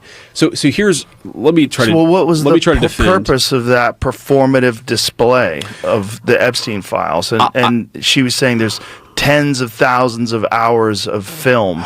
I don't know what the purpose of it was, but I know that the effect of it was to make people mistrust the entire effort. And what I think was happening, look, I know Pam, I like Pam, I don't think there's anything malicious going on. I think Pam was trying to respond to the political moment. I think she overstated what we had and what we didn't have. And I think that she, got roasted for it publicly by a lot of people, including me. He tried to explain it away, and I just think he does a terrible job. Just being honest. I think he does an awful job. If you want to do a good job, then you need to throw Pam Bondi under the bus. And you need to say it was Pam Bondi's fault. And I'll be perfectly honest with you, and we had this conversation when the binder gate happened. I had friends in the room. Savannah Hernandez was on this radio show in the days after the Epstein binder gate. She was in the room. And all these social media influencers had been invited into the White House. And they had a whole itinerary of what they were going to do. They're going to be meeting with Rubio. They're going to meet with RFK. They were going to meet with Vice President Vance. They were meeting with Susie Wiles. A whole itinerary. You know what wasn't on the itinerary? Pam Bondi. Do you know what Pam Bondi didn't run by anyone? dropping the binders off. Now, there were some people that didn't get psyoped into the photo op, but there were also some social media influencers who ran out there for clicks. Libs of TikTok, DC Drano. I mean, I know the libs of TikTok. Shia, she's a sweetheart, but she went out there and she held up that binder with everybody else for clicks. There were other people in the room that I know. Savannah Hernandez, Jack Masobic didn't get stuck in any of those photos. They knew better. They said they wanted to review the information before they jumped the gun on it.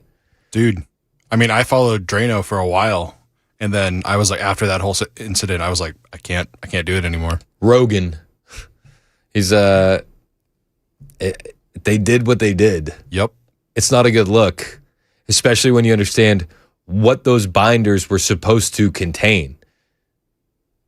Evidence of the graphic rape and torture of minors. So to pose with it for with a big smile, like you have something special, I mean, totally awful. It really was. But there were people in the room that didn't do that. And the people that were in the room told me that this wasn't even run by Susie Wiles. They got this sprung on them. I asked Savannah Hernandez on this show, do you feel like you were used as a pawn? And she said yes, essentially. She danced around it, but we all knew what she meant. And JD trying to explain it away, he does a terrible job of that. He just does. Again, this is one of those things that is never going to go away. And you can point your finger at the Trump administration and say they're covering it up. But for everyone pointing their finger at the Trump administration saying they're covering it up, I would say, where's Thomas Massey been? Wasn't he going to name names? Wasn't Nancy Mace going to name names? Wasn't Marjorie Taylor Greene going to name names? None of them have done it. None of them. So maybe the information was overstated. Maybe they didn't have what they said they had. Maybe they're all complicit in the cover-up. And if you think the Trump administration is complicit in a cover-up on this, which, for full disclosure, you have every right to believe that, then you also have to go to the next logical conclusion and say that Thomas Massey and these other guys who have been calling for it, Ro Khanna, they're also complicit in some sort of the cover-up. That's just the reality. And I do believe that the Democrats used a lot of this as a political bludgeon. But the conversation continues, and Joe Rogan tells Vance that he thinks Epstein was Mossad. And you know what? J.D. Vance doesn't run away from that at all. In fact, he goes, yeah, I've heard that. I've heard he was CIA, too. This is a dude who knew everybody. He knew everybody. So, look. So where did his money come from? Well, from given part of it is suspect tax advice and setting up tax schemes for a lot of very, very rich people. Right, but why was he motivated to influence academia, and what was the purpose? I don't know the answer to that question. I mean, I have theories. There's of course the... Well, most people think he was Mossad. Yeah, Mossad or CIA or some other deep state, whether in America or Israel or another country. Or both. Look, he clearly had connections to the highest levels of American intelligence. He clearly had connections to the highest levels of Israeli intelligence. This is a dude who... And that's why people just think nothing's going to happen, because of the connections. I think he was connected to all the intelligence agencies, to be perfectly honest with you. I think it was CIA. I think it was MI6. I think it was the Israelis. I think he played these intelligence agencies off of each other. And you could absolutely make the argument that the levels of dirt that they have are never going to be released because of the levels of dirt that they have. You've heard people say it would topple world governments. Perhaps. I think that they should release it anyway. I think people do deserve to be held accountable for what happened in that situation. I also am fully aware that sometimes the people that hold the blackmail hold the keys to the kingdom. And I'm also very aware that institutions like the FBI under J. Edgar Hoover were built on a foundation of blackmail. So I wouldn't be shocked if these intelligence agencies are hanging on to it and using it for their own reasons now. That wouldn't shock me. It wouldn't. But I think it's far more likely that nothing ever comes of this, and I think that that's a travesty of justice. 10:53, Super Talk, 99.7 WTN.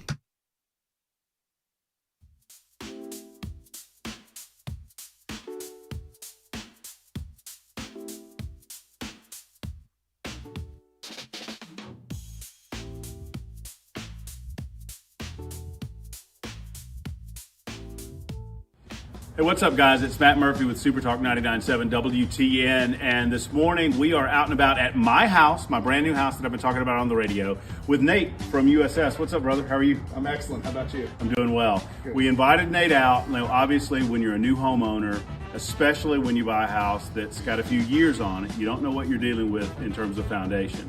And I know that Nate knows a lot more about what I don't see and what I don't know about than I do. So bring the experts out and get them to check out your house.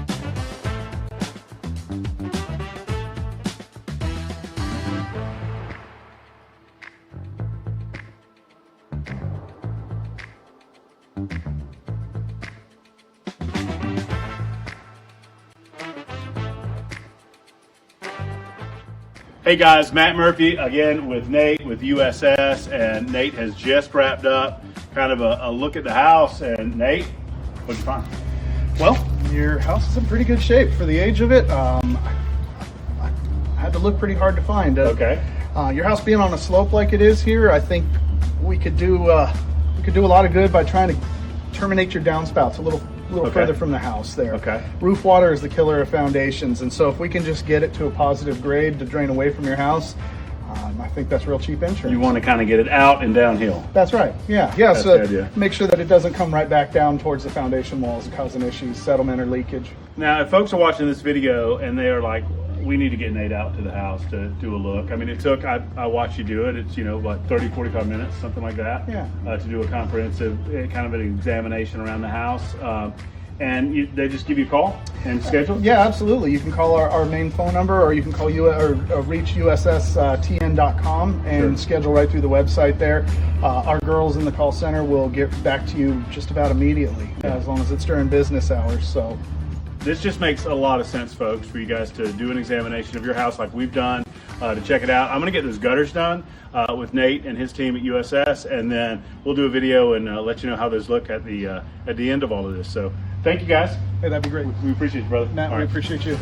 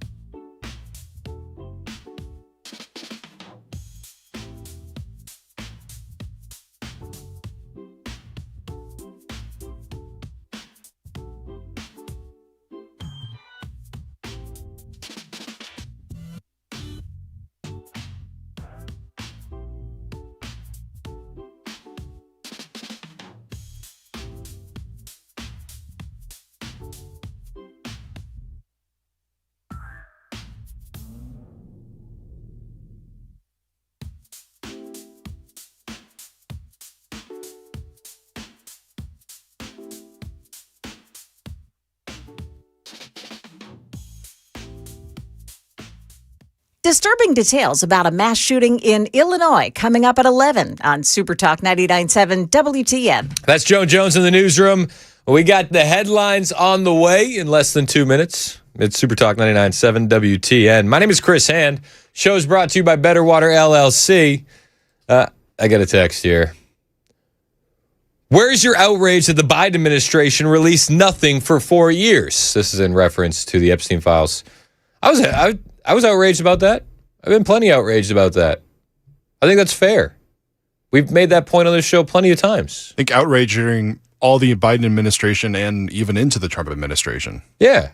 I mean, my whole point is we're here now when it comes to the Epstein files. Like, that's, yeah, the Biden administration screwed up. They didn't even acknowledge it.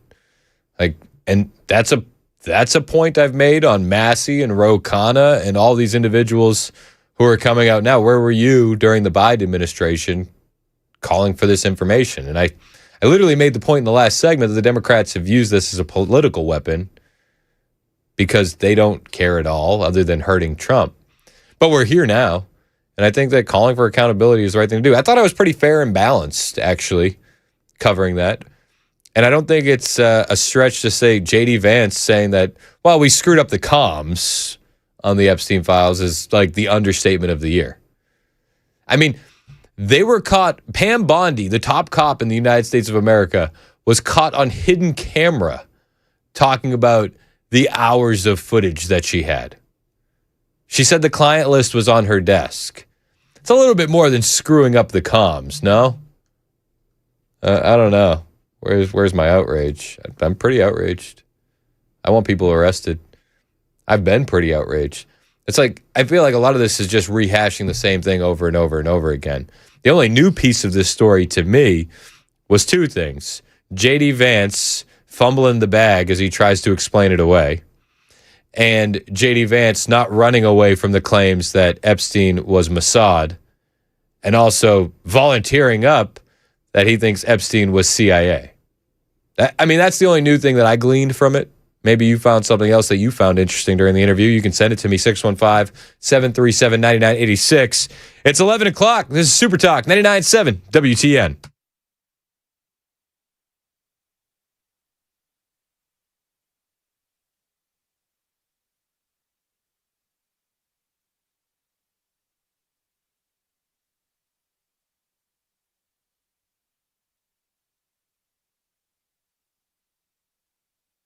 I'm Joan Jones with your top stories. Crazy story out of Illinois, a mass shooting that targeted members of one family. Here's Illinois State Police. The Illinois State Police, along with the East St. Louis Police Department, are investigating a targeted mass shooting against a family here in East St. Louis. Preliminary investigation indicates that two 16-year-old suspects were taken into custody on Sunday, July 12th. Now, those teens are a girl, only identified as WT, and her boyfriend, Jameer Davis. They've been charged as adults with 5 counts of murder. Among the dead are the girl's 74-year-old grandmother, whose thumb had been cut off, allegedly, so the teens could access her phones and steal money. And the girl's mother, who reportedly warned police about a stolen gun and threatening text messages before she was killed. There are 2 others in critical condition. Confirmation hearings continue for Attorney General Todd Blanche. Witness testimony today, including from Jennifer Bose. She's an Illinois mother whose daughter Megan was found last winter partially decomposed in a garbage can. She was put there by a 52-year-old Mexican illegal immigrant. The justice that we're seeking now is the assurance that their deaths won't be ignored and they won't be in vain, and preventable tragedies from these laws not being enforced won't be repeated. I 100% believe Todd Blanche will be the one. His detractors are there too, though. Danny Bensky, an Epstein survivor and sexual assault advocate, spoke out against the nomination of Blanche, claiming that he had refused to speak to her and other survivors for months while the Epstein files were being released. He simply ignored us for the last 8 months. He has been radio silent, and the silence was deafening. Crime victims deserve better from the nation's highest level of law enforcement officials. And today is the final day of hearings.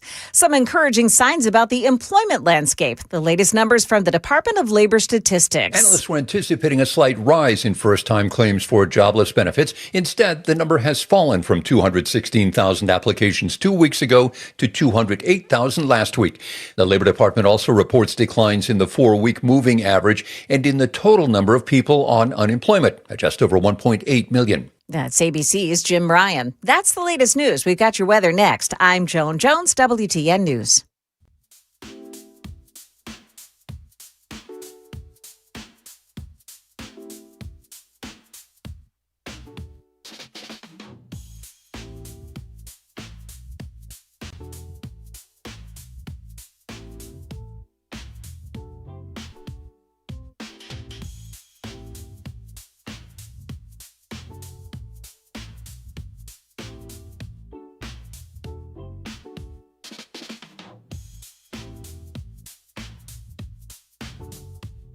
I have changed my tune on FIFA. I'm excited. June 26th, there's a FIFA World Cup match in Seattle.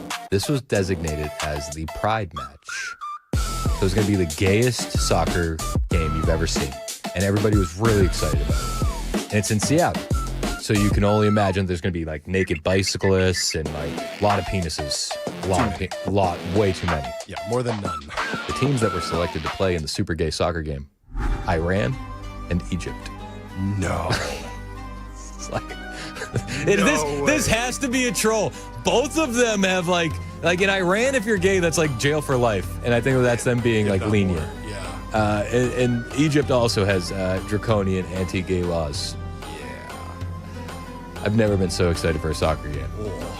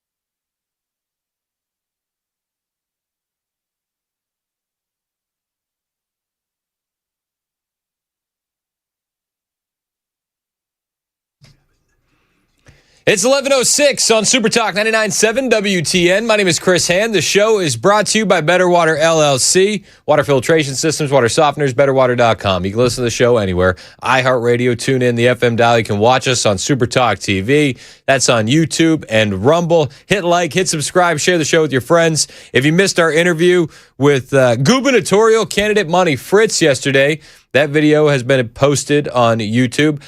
We got John Rose coming into the studio on Tuesday, and I do believe that watching these interviews is very, very important. You can listen to them if that's all you got time for. I get it. I mean, it's podcasted on Apple and Spotify. People are busy. I'm not knocking you. If you listen while you're mowing the lawn, which anecdotally we're the number one show for lawnmowers. But if that's what you're doing, by all means, more power to you. But when you're dealing with politicians, I do believe there's something to be learned from body language. You might have a polished answer, but did you squirm while the question was being asked? All those little things, those idiosyncrasies. I think that you can actually learn a lot more about a candidate when you watch it. So that interview is up. We also are going to be doing an interview with John Rose on Tuesday. Mandis has interviewed all three candidates. And as we move more down the road, closer to the primary on August 6th, early voting starts tomorrow. I do think that you should be learning yourself about them candidates and watching everything you can. Dan did a great job with his interviews. He kept the exact same energy with each candidate, and I thought that was solid. I'm going to be doing the exact same thing, and Marsha Blackburn is more than welcome to join me in studio as well. I don't know if it's going to happen. It might not. I believe it was Murphy who was saying that she'd be available for interviews sometime in September. Did I hear that correctly? I might have heard that correctly. I might have heard it incorrectly. I might have just been Van Gogh listening. I might have. It happens. But I also think I'm pretty sure I heard Murphy say that he's going to vote for the candidate that's willing to debate. And I don't know if you're keeping score at home. Currently, only one of the candidates wants to debate. That would be Monty Fritz. We're going to ask John Rose why he doesn't want to debate. I don't know why you wouldn't take the opportunity to do that, unless you're worried about losing. Maybe he's worried. Maybe he's just like, nah, I'm not wasting my time. John's got his own internal polling that says he's doing a lot better than the external polling. And I don't know.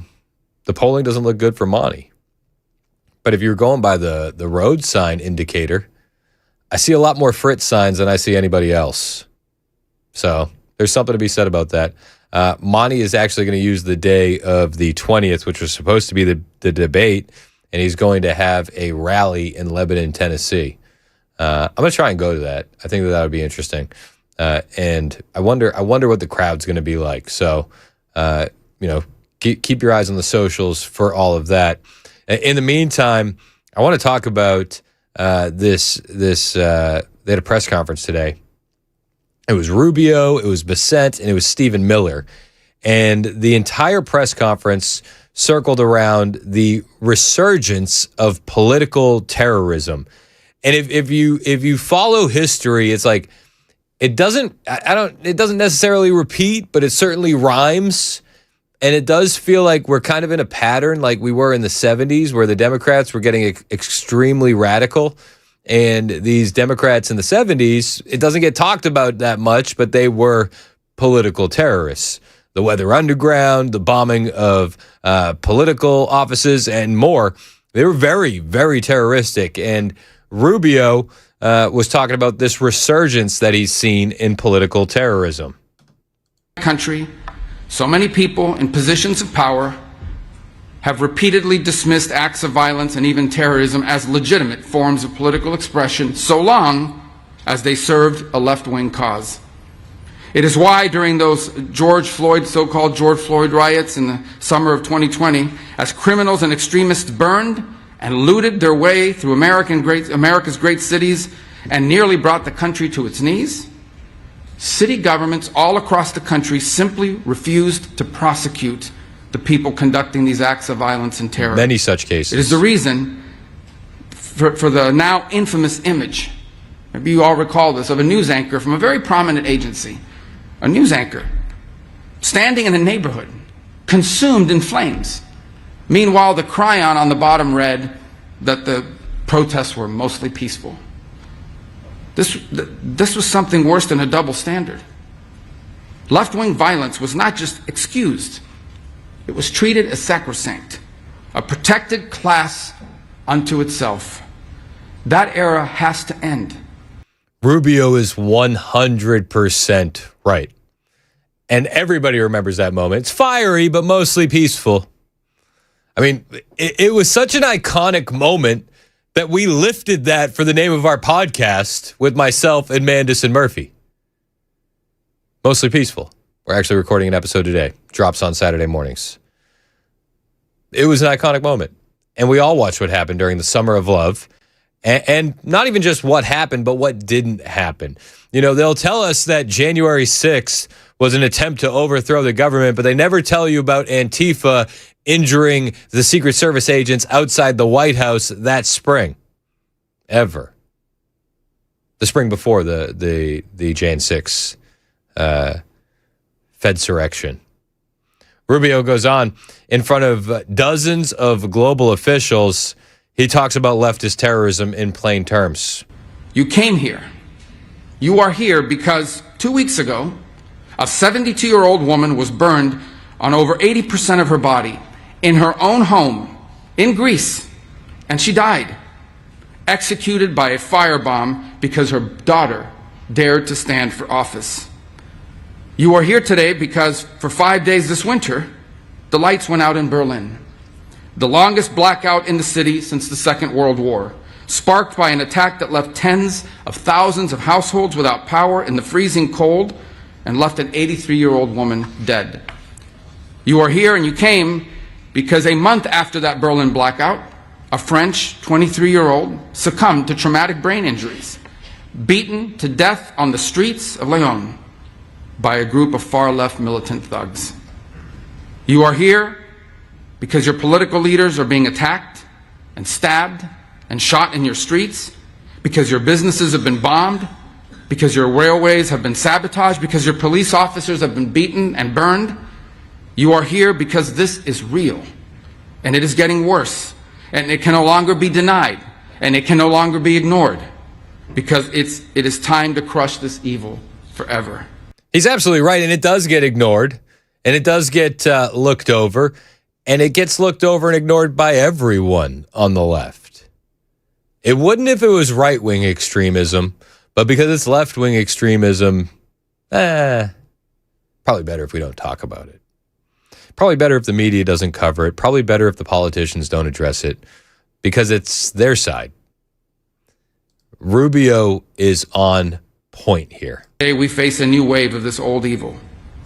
Here in the United States, the share of left-wing terrorist attacks and plots has risen to levels not seen in decades.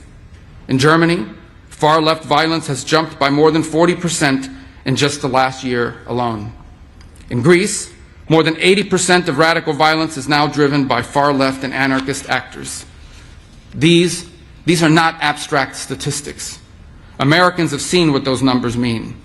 An all-out assault on our immigration officers, sniper attacks, explosives, armed ambushes, a transgender shooter opening fire on Catholic elementary school students as they pray, his gun marked with slogans like, "Where is your God now?" A healthcare executive executed in cold blood in the streets.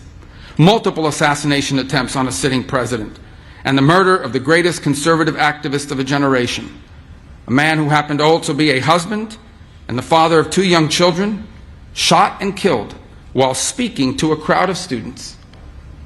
This is a distinctive and unique evil.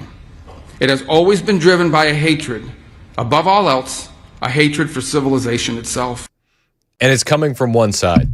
It's coming from the left.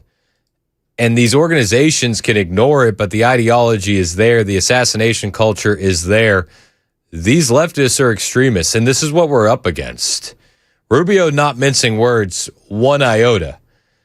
He calls leftist violence a revolt that of the worst against the best, of the weak and the cowardly against the strong and the good. It has always been driven by a hatred, above all else, a hatred for civilization itself.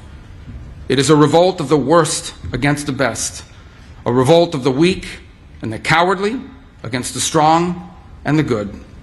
It is perpetrated by those who cannot build, who cannot create, who cannot achieve great things, and take their revenge upon the world for their own inadequacy by seeking to destroy those who can.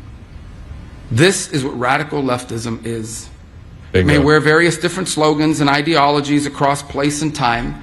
They can call themselves anti-capitalist or anti-imperialist or communist or anarchist or Marxist, but the fundamental character is always the same.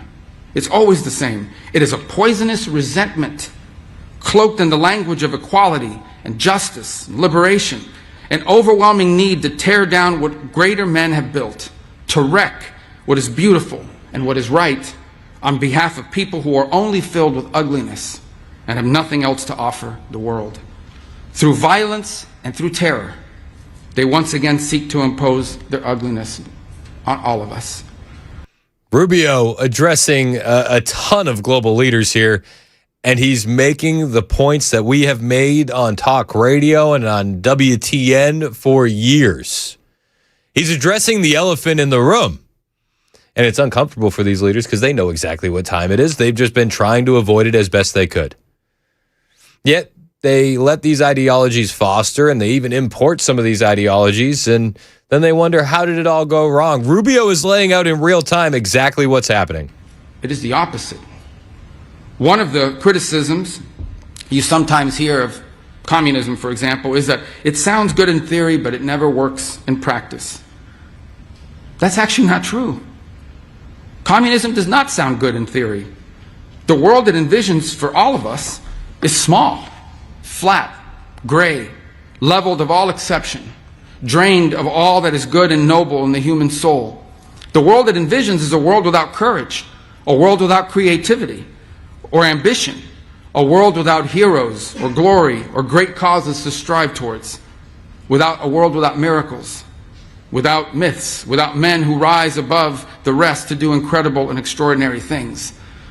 And the world communism envisions is a world without God. Yep.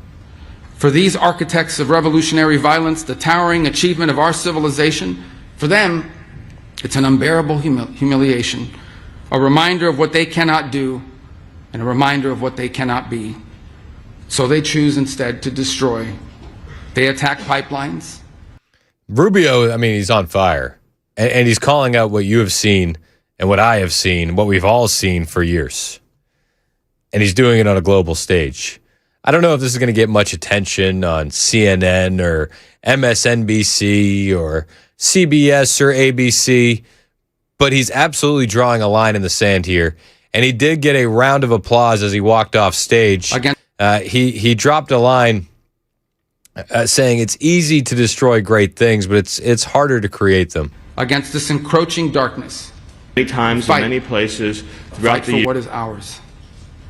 It is easy to destroy great things. It is far more difficult to make them. The enemies of civilization are only capable of the former. They are only capable of destroying great things. All they know is destruction. But we have built great things together. We have done it time and again. We know what we must do, and now we must do it. Thank you for coming today. That was Marco Rubio at an event with a ton of global leaders on the resurgence of political terrorism. He wasn't the only one in attendance. Stephen Miller was also there. Scott Bessent was also there. I'll bring you some of their comments on the way. Plus, we got the lightning round on deck. 615-737-9986 is the number if you want to chime in on the text line or the phone lines. This is Super Talk 99.7 WTN.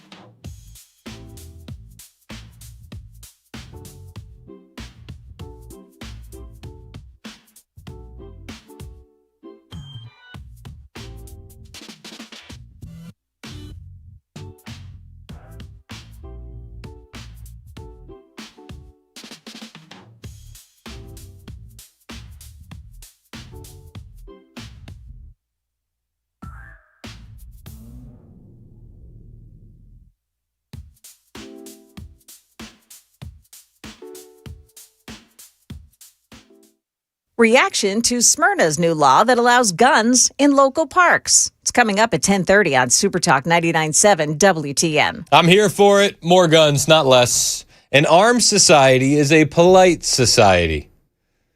Or we could just let radical leftists run around and not fear anyone or anything at any given time. Marco Rubio, Stephen Miller, Scott Bessent this morning addressing global leaders on the resurgence of political terrorism. Stephen Miller, absolute beast. Many times in many places throughout the years, and Secretary Rubio has provided you many examples, left-wing terrorism always ends in bloodshed, misery, and suffering. It only can travel in one direction. He's right. There's no point at which the left-wing terrorist is satisfied with his gains and ceases progressing. Inevitably, left to run its course, it always becomes a gulag. It always becomes the mass imprisonment of political enemies, the stripping of their rights and freedoms, inflicting immense pain, humiliation, suffering, in order to establish complete and total control. Control through psychological and physical and actual terror. And we have to understand that that is the scope and the extent of the threat that we face. And as Secretary Rubio also pointed out, this is an international network. Antifa, as an example, operates in dozens of countries all throughout the world. They share common networks of funding and organization and information sharing. And so all of our intelligence agencies and law enforcement entities should be collaborating and coordinating and working together. He's absolutely right. And you might say, well, we know all this stuff, and it's true. But what a change we are seeing before our eyes when they're addressing global leaders like this, when the last administration was like, guys, Antifa is just an idea. No. It's not. It is a global network of left-wing terrorists. And Stephen Miller dropped one line that I thought was on point when he said, look at these Antifa members. Do you notice something? Do you ever notice something in common that they seem to have? To subjugate, to oppress, and to inflict pain and suffering. It's not a coincidence that when you look at these violent Antifa demonstrations, you see any photograph of those who were assembled. To be blunt, not one of the people that is demonstrating looks like a normal person. Not one looks normal. They're all deformed in some way in their appearance, in their dress, in their mannerism. Why is that? Why? If you look at two photographs and you see a normal American street, you see an Antifa protest. Why do the people that are violently demonstrating, why is there not one normal-looking person among them? Every one of them, through the course of their life and their decisions, has scarred their body and their appearance in many different ways, to the point in which their outer appearance becomes a manifestation of their inner hatred. Trust your instincts. To all people and across all civilizations, you know what normal is. You know what beautiful is. You know what good is. You know that families are right. And you know that these Antifa members are not that. Now, the media will try and explain this away. I'm sure if they do cover it at all, they will tell you that it is a right-wing conspiracy theory. Scott Bessent, though, while speaking at this same resurgence of political terrorism event, said, no, it's not a right-wing conspiracy theory. And he brought receipts. But I'm going to remind everyone in this room and all the media Treasury that I was the subject of an assassination attempt to February 2024 by an adult left-wing activist 2 hours after being sworn into my job. So any of you who want to report that this is a fiction and does not exist, be there for the sentencing this August. So good morning. Thank you, Secretary Rubio, for. I love that. You think it's fake? Well, I've been a victim of this myself. Scott Bessent also let everybody know what they're actually doing. It wasn't just all talking points. There is some action happening behind the scenes. And Scott said that the U.S. Department of Treasury is going to be investigating these left-wing groups, and he's going to be revoking their tax-exempt status that are being used to provoke violence and foreign actors. President Trump's direction, Treasury is expanding its efforts to identify organizations that abuse charitable and nonprofit structures as vehicles for illicit finance. We are examining where tax-exempt status has been exploited. where charitable entities have become financial conduits for foreign influence activity, and how those entrusted with stewardship of these organizations have instead enabled violence. Where the evidence leads, we will not hesitate to follow. And of course, we will hold these organizations, officers, directors accountable. And just as financial institution must know their clients, they must know their grantees. That work is well underway.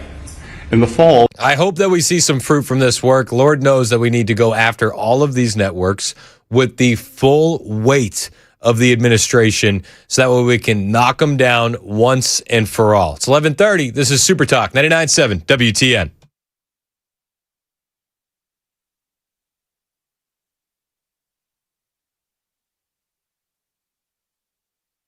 I'm Joan Jones with your top stories. The U.S. intensified its strikes targeting Iran early today, hitting targets further north, as American forces also fired into a ship it accused of trying to break the naval blockade.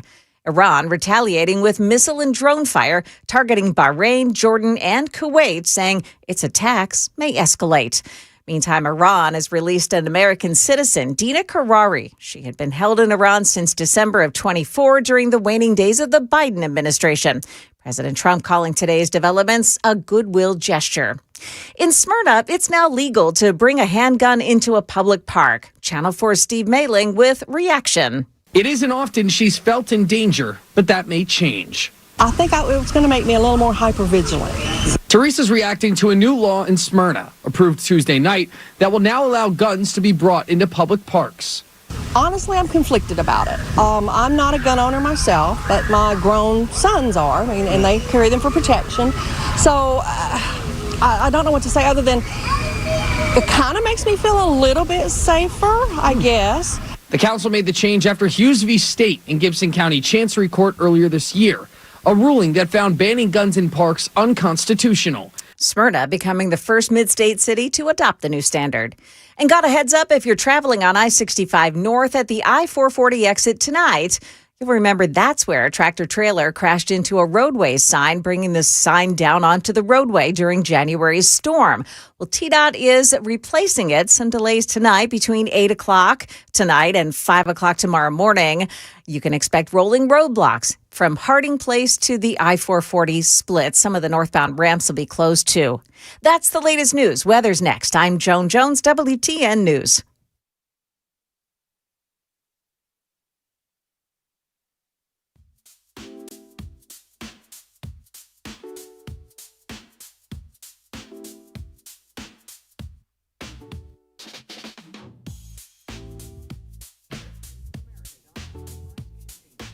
Hey, what's up? It's Chris Hand here for my friends at Busy Bee Plumbing, Heating, and Cooling. You know what I love about the guys at Busy Bee Plumbing, Heating, and Cooling? They reached out to me today and they said, Chris, you've talked enough about the deals on the AC units. You've talked enough about the deals on the plumbing and the Beehive Club memberships. Can you actually talk about something important during our commercial? And I was like, what's that? And they said, we're having a back-to-school drive, and we need items donated. Notebooks, pencils, crayons, backpacks, folders, scissors, glue sticks, calculators, rulers, tissues, hand sanitizer, all the things. And they need you to step up, and they're greasing the wheels here. They're going to give you a coupon for $50 off any service that you could ever possibly need from our friends at Busy Bee just by donating some of these suggested items. So it's going on now through the beginning of August, and you can drop it off at the Busy Bee Plumbing, Heating, and Air location, which is at 137 Southside Park Drive in Lebanon, Tennessee. That is 137 Southside Park Drive in Lebanon, Tennessee. Again, there's a lot of kids that are gearing up for back to school. They don't have the things they need. Busy Bee is trying to stand in the gap there and fill that need, but they can't do it alone. Notebooks, pencils, crayons, colored pencils, backpacks, whatever you can help provide will go to a kid that needs something before they get into the new school year. Again, you can drop them off at the Busy Bee location at 137 Southside Park Drive in Lebanon, Tennessee. They are going to help out. If you donate some supplies, they'll give you a $50 off coupon for any service. You can learn more on the website, busybeehvac.com.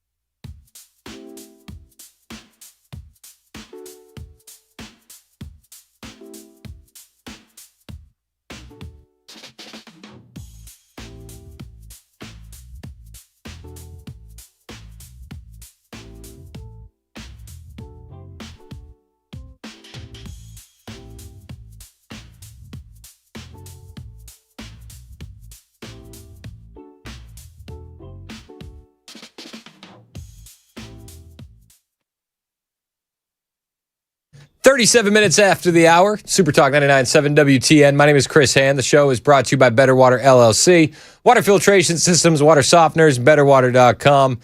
People are asking where Ken Weaver is. I think he's stuck on 24. It's a terrible highway. I got stuck on 40, actually. You're here. I'm here.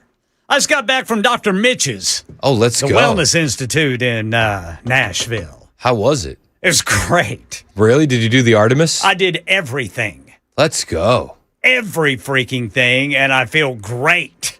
Really? The only problem was that little rain shower on the way back. Slowed me down a little bit. Had to call Brother Mason saying, Brother Mason, I think I might not make it. Brother Mason took care of things. I noticed you had time to stop at In-N-Out, though.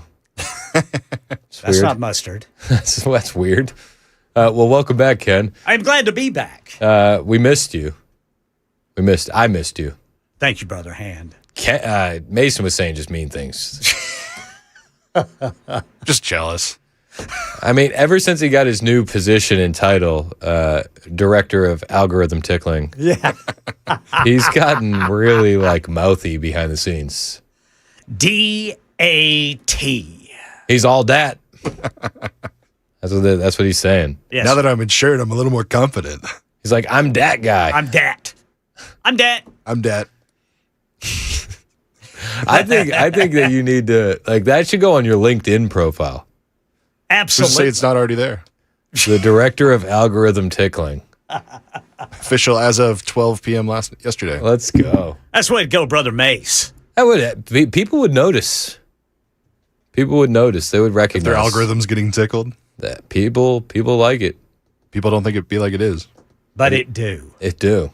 It do. It do, and it dat. Well, we're glad to have Ken Weaver back.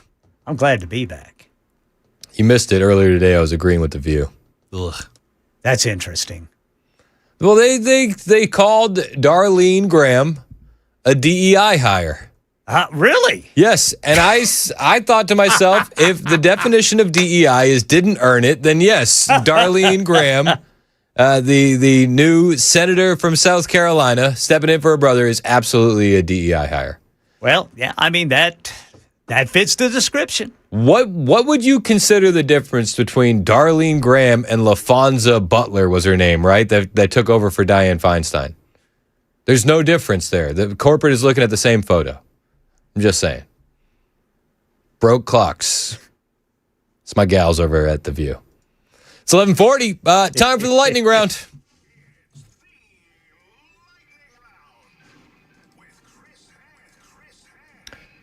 We do it every day this time. All the stories that wouldn't fill up a whole segment, stories that we ran out of time to get to, and sometimes stuff my wife's like, what are you looking at that for? And I'm like, it's show prep.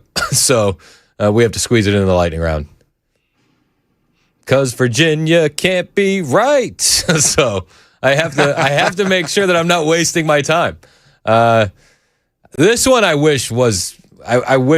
should have been wasting time instead of listening to this, if I'm being perfectly honest with you. It's the first story in the lightning round. You know, I don't think that this be like it is, but it just may. Don Lemon says people keep asking him to run for president. Your political ambition, is that true? No, but people keep asking me if I'm running for president. And I don't know, I might. I'm serious. I don't know. I might because people keep asking me to do it.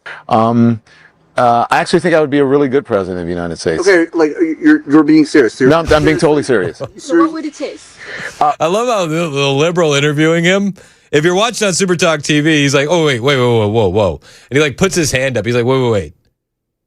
You're being serious? Because nobody else is taking this serious. President of the United States. Okay, like you're being serious. No, I'm being totally serious. So what would it take? For the people to want me. I don't think any of the people want you, sir. It would be funny. It would be funny. And I hope he does it just so that way he eventually gets his feelings hurt. Is that probably the wrong reason to want him to do it? No, I want him to do it for the meme. Oh, I need it. You think of the memes, it would be... The farm will be plentiful. Do you think the meme currency would be trading at a high value? A high value. Okay. What are the Kalshi odds on Don Lemon running for president? Are they out there yet? Well, it depends on if the people want it. He said the people want him. That's what he said. So they keep asking him to run for president. Allegedly. Imagine how ridiculous the debate stage would be if it was Don Lemon, Gavin Newsom, AOC, and Stephen A. Smith. Stephen A. Smith would wipe the floor with all three of them, wouldn't he? Yeah, just the first question. I don't even think anybody else is built for that kind of a candidate. I don't think Stephen A. Smith would be a good president, but I also think that he would roast all three of those other individuals. Is that fair? Yeah. Stephen A. Smith would essentially be another Biden president because I don't think that he would be able to navigate the political side of everything at all. So he would acquiesce to the Democrat Party.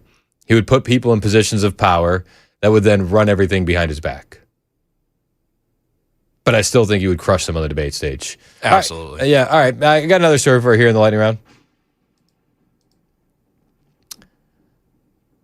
I saw this one, and I'm gonna watch it. I'm gonna watch it with you. I haven't watched it yet. My favorite phrase. What? I haven't watched it yet. I haven't watched it yet. Well, because the moment I saw this, I just went to the comments. You ever have a video like that where you're like, you know what? I'm just going to go see what other people are saying. And it's a tweet from Joe Biden. And it's about a book he's got coming out. And in this video, he doesn't sound good. Since I left the presidency, I've had a lot of people ask me. Well, I mean, the first sentence was, how would you classify that? Sloshy? Since I left the presidency. Since I left the presidency. I don't mean to be mean. He's dealing with cancer, damn it. Yeah, I was like, stop shilling on the sick old man. Give him a break. Since I left the presidency, I've had a lot of people ask me, Joe, what have you been doing? How you say? I wish I could remember. What? I've been spending a lot of time with my family. I'm dealing with a cancer diagnosis, and I've been getting treatment, and it's been going really well. That's good. That's good. I want to thank all those who offered their prayers, their support, and well wishes. It's meant the world to me and to Jill. I've written a book about my time as president. It's called Promise Me America. Now, if you're not watching on Super Talk TV, you missed the overlay because they clearly couldn't get Joe to say it. It says 4 historic years as president and a lifetime of service, in his own words. I mean, it was historic, very historic. Historic inflation, the historic botched withdrawal from Afghanistan, the historic, overreaching, tyrannical vaccine mandates that he pushed on the country. Remember when he said it was going to be a winter of death? Remember that? Remember when he said it was a pandemic of the unvaccinated? Remember his angry Hitler speech with all the red behind him when he was like pumping his fists like a lunatic? Do you remember that? It was historic. It was. It's coming out in November. And it's available for pre-order now. It's about the challenge we face as a nation, about the decisions I made, and why I made them. Because people told you to? I was going to say, does he make it to his book release? But I'm not going to say that. That's rude. You wouldn't say that. I wouldn't say anything like that. That's the complete story. Leading the country through COVID, rebuilding our economy, and restoring our democracy after the attack on January 6th. Oh, here we go. Here we go. We wouldn't have democracy if it wasn't for Joe Biden. Ending our nation's longest war in Afghanistan. How'd you do with that, Joe? Strengthening NATO and supporting Ukraine. It's about why I chose to run for re-election and why I chose to step aside. Forced. You were forced to step aside after your disastrous debate. I wonder if there's a chapter in there about him beating Medicaid to death. I'm sure there is, right? I'm sure. So I jumped into the comments. Scott Pressler wrote, "Did you write it with the auto pen?" Marco Polo 501c3 said, "It's likely that you wrote maybe 15% of this, you carcinogen-filled, semi-fossilized bastard." Oh. Whew. Graham Allen wrote, "You couldn't even sign pardons. No one believes you wrote or even narrated a book for a ghostwriter." Whew. Harry Sissom, this one's the worst. Harry Sissom, who was the little soy boy that always danced around for Joe. Remember him? He said, "Can't wait to read. Let's go." Can't wait. It's going to be the best. Oh, no. Now we're getting in. Those are like the big ones, right? Now we're kind of getting into the normies. This guy, Brandon, said, "You've been in a coma since 2019. How in the hell did you write a book?" Somebody wrote, "Hey, pedophile." That's uncalled for. Nancy Mace, "How many chapters are about your time hiding in the basement while someone else ran the White House?" And then what may be the best comment, there's actual footage of Joe writing the book, and it is, hold on, there it is. It's an auto pen and a sombrero. Pretty good. Pretty good. It's got a mustache and everything. It does. It does. Oh, you just passed my favorite quote. Which one? Oh.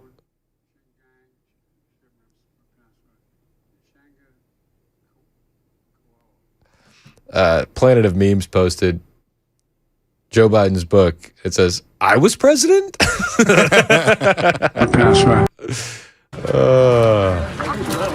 Yeah, this administration. This is not, it's not good.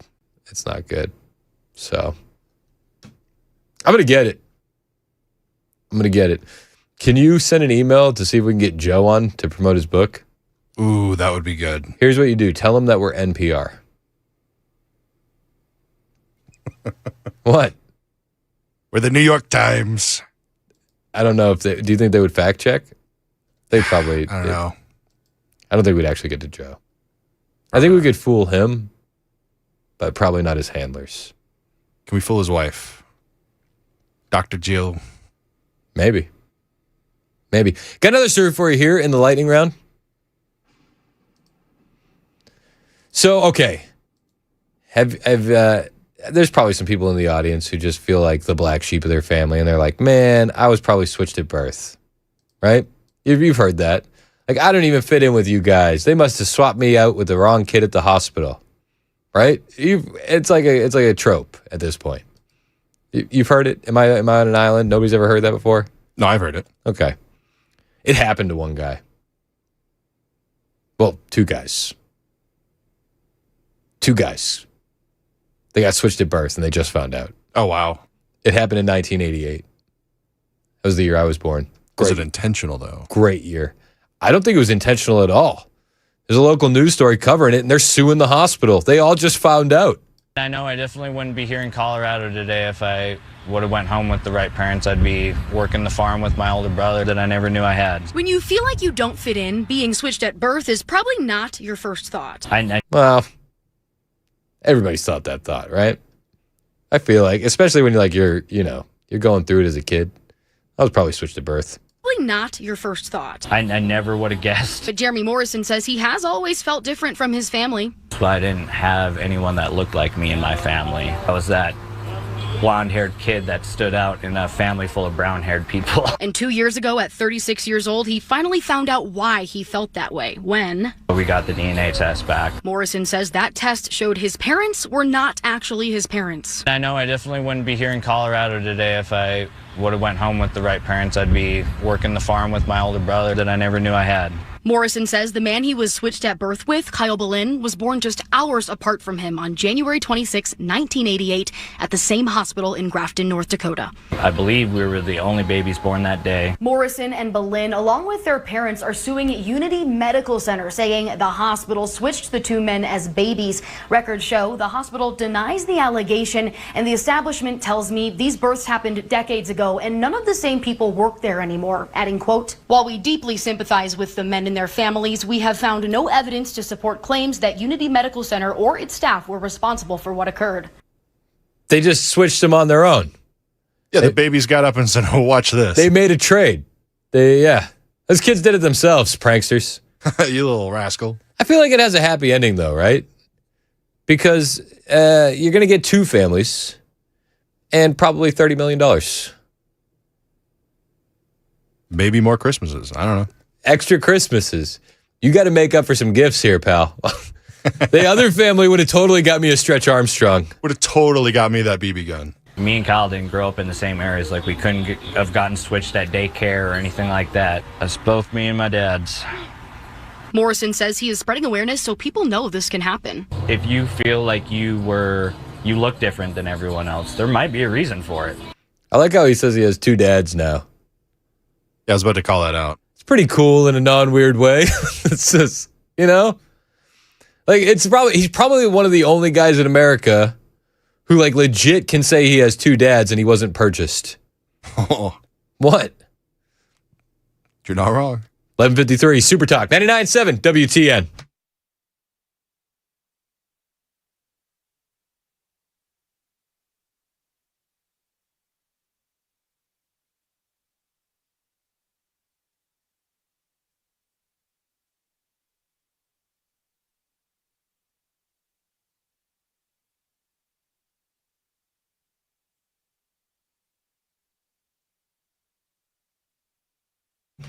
Hey, what's up? It's Chris Hand here from my friend Aaron Parker over at Parker Safes and Vaults in Shelbyville. Take a second and picture all the things in your home that you wouldn't want to lose.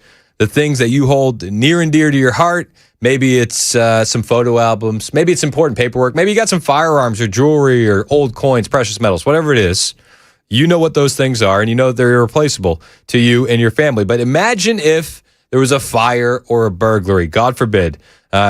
You could lose some of those things, maybe all of those things, and it wouldn't be good. Many people have experienced the fire or the theft, and it sucks. You don't want that to happen to you, but you can remedy that today with one phone call to Parker Safes and Vaults. They've been helping people protect what they treasure for close to 20 years. You make that call to Parker's, and the experts there will help you choose the right safe for your needs and your budget. They'll deliver it, and they'll install it themselves. Veteran-owned, family-run Christian business, helping people like you with their security and protection needs since they started in 2009. They sell serious products designed for serious protection. Liberty, American Security, Rhino, Graphunder, just a few of the serious safes that they have in stock. And they specialize in the right safe for the right customer. Hundreds of 5-star reviews. These are the people to call in Middle Tennessee. Today is the day to make that call. 931-842-6445. 931-842-6445. And you can find them online, parkersafes.com.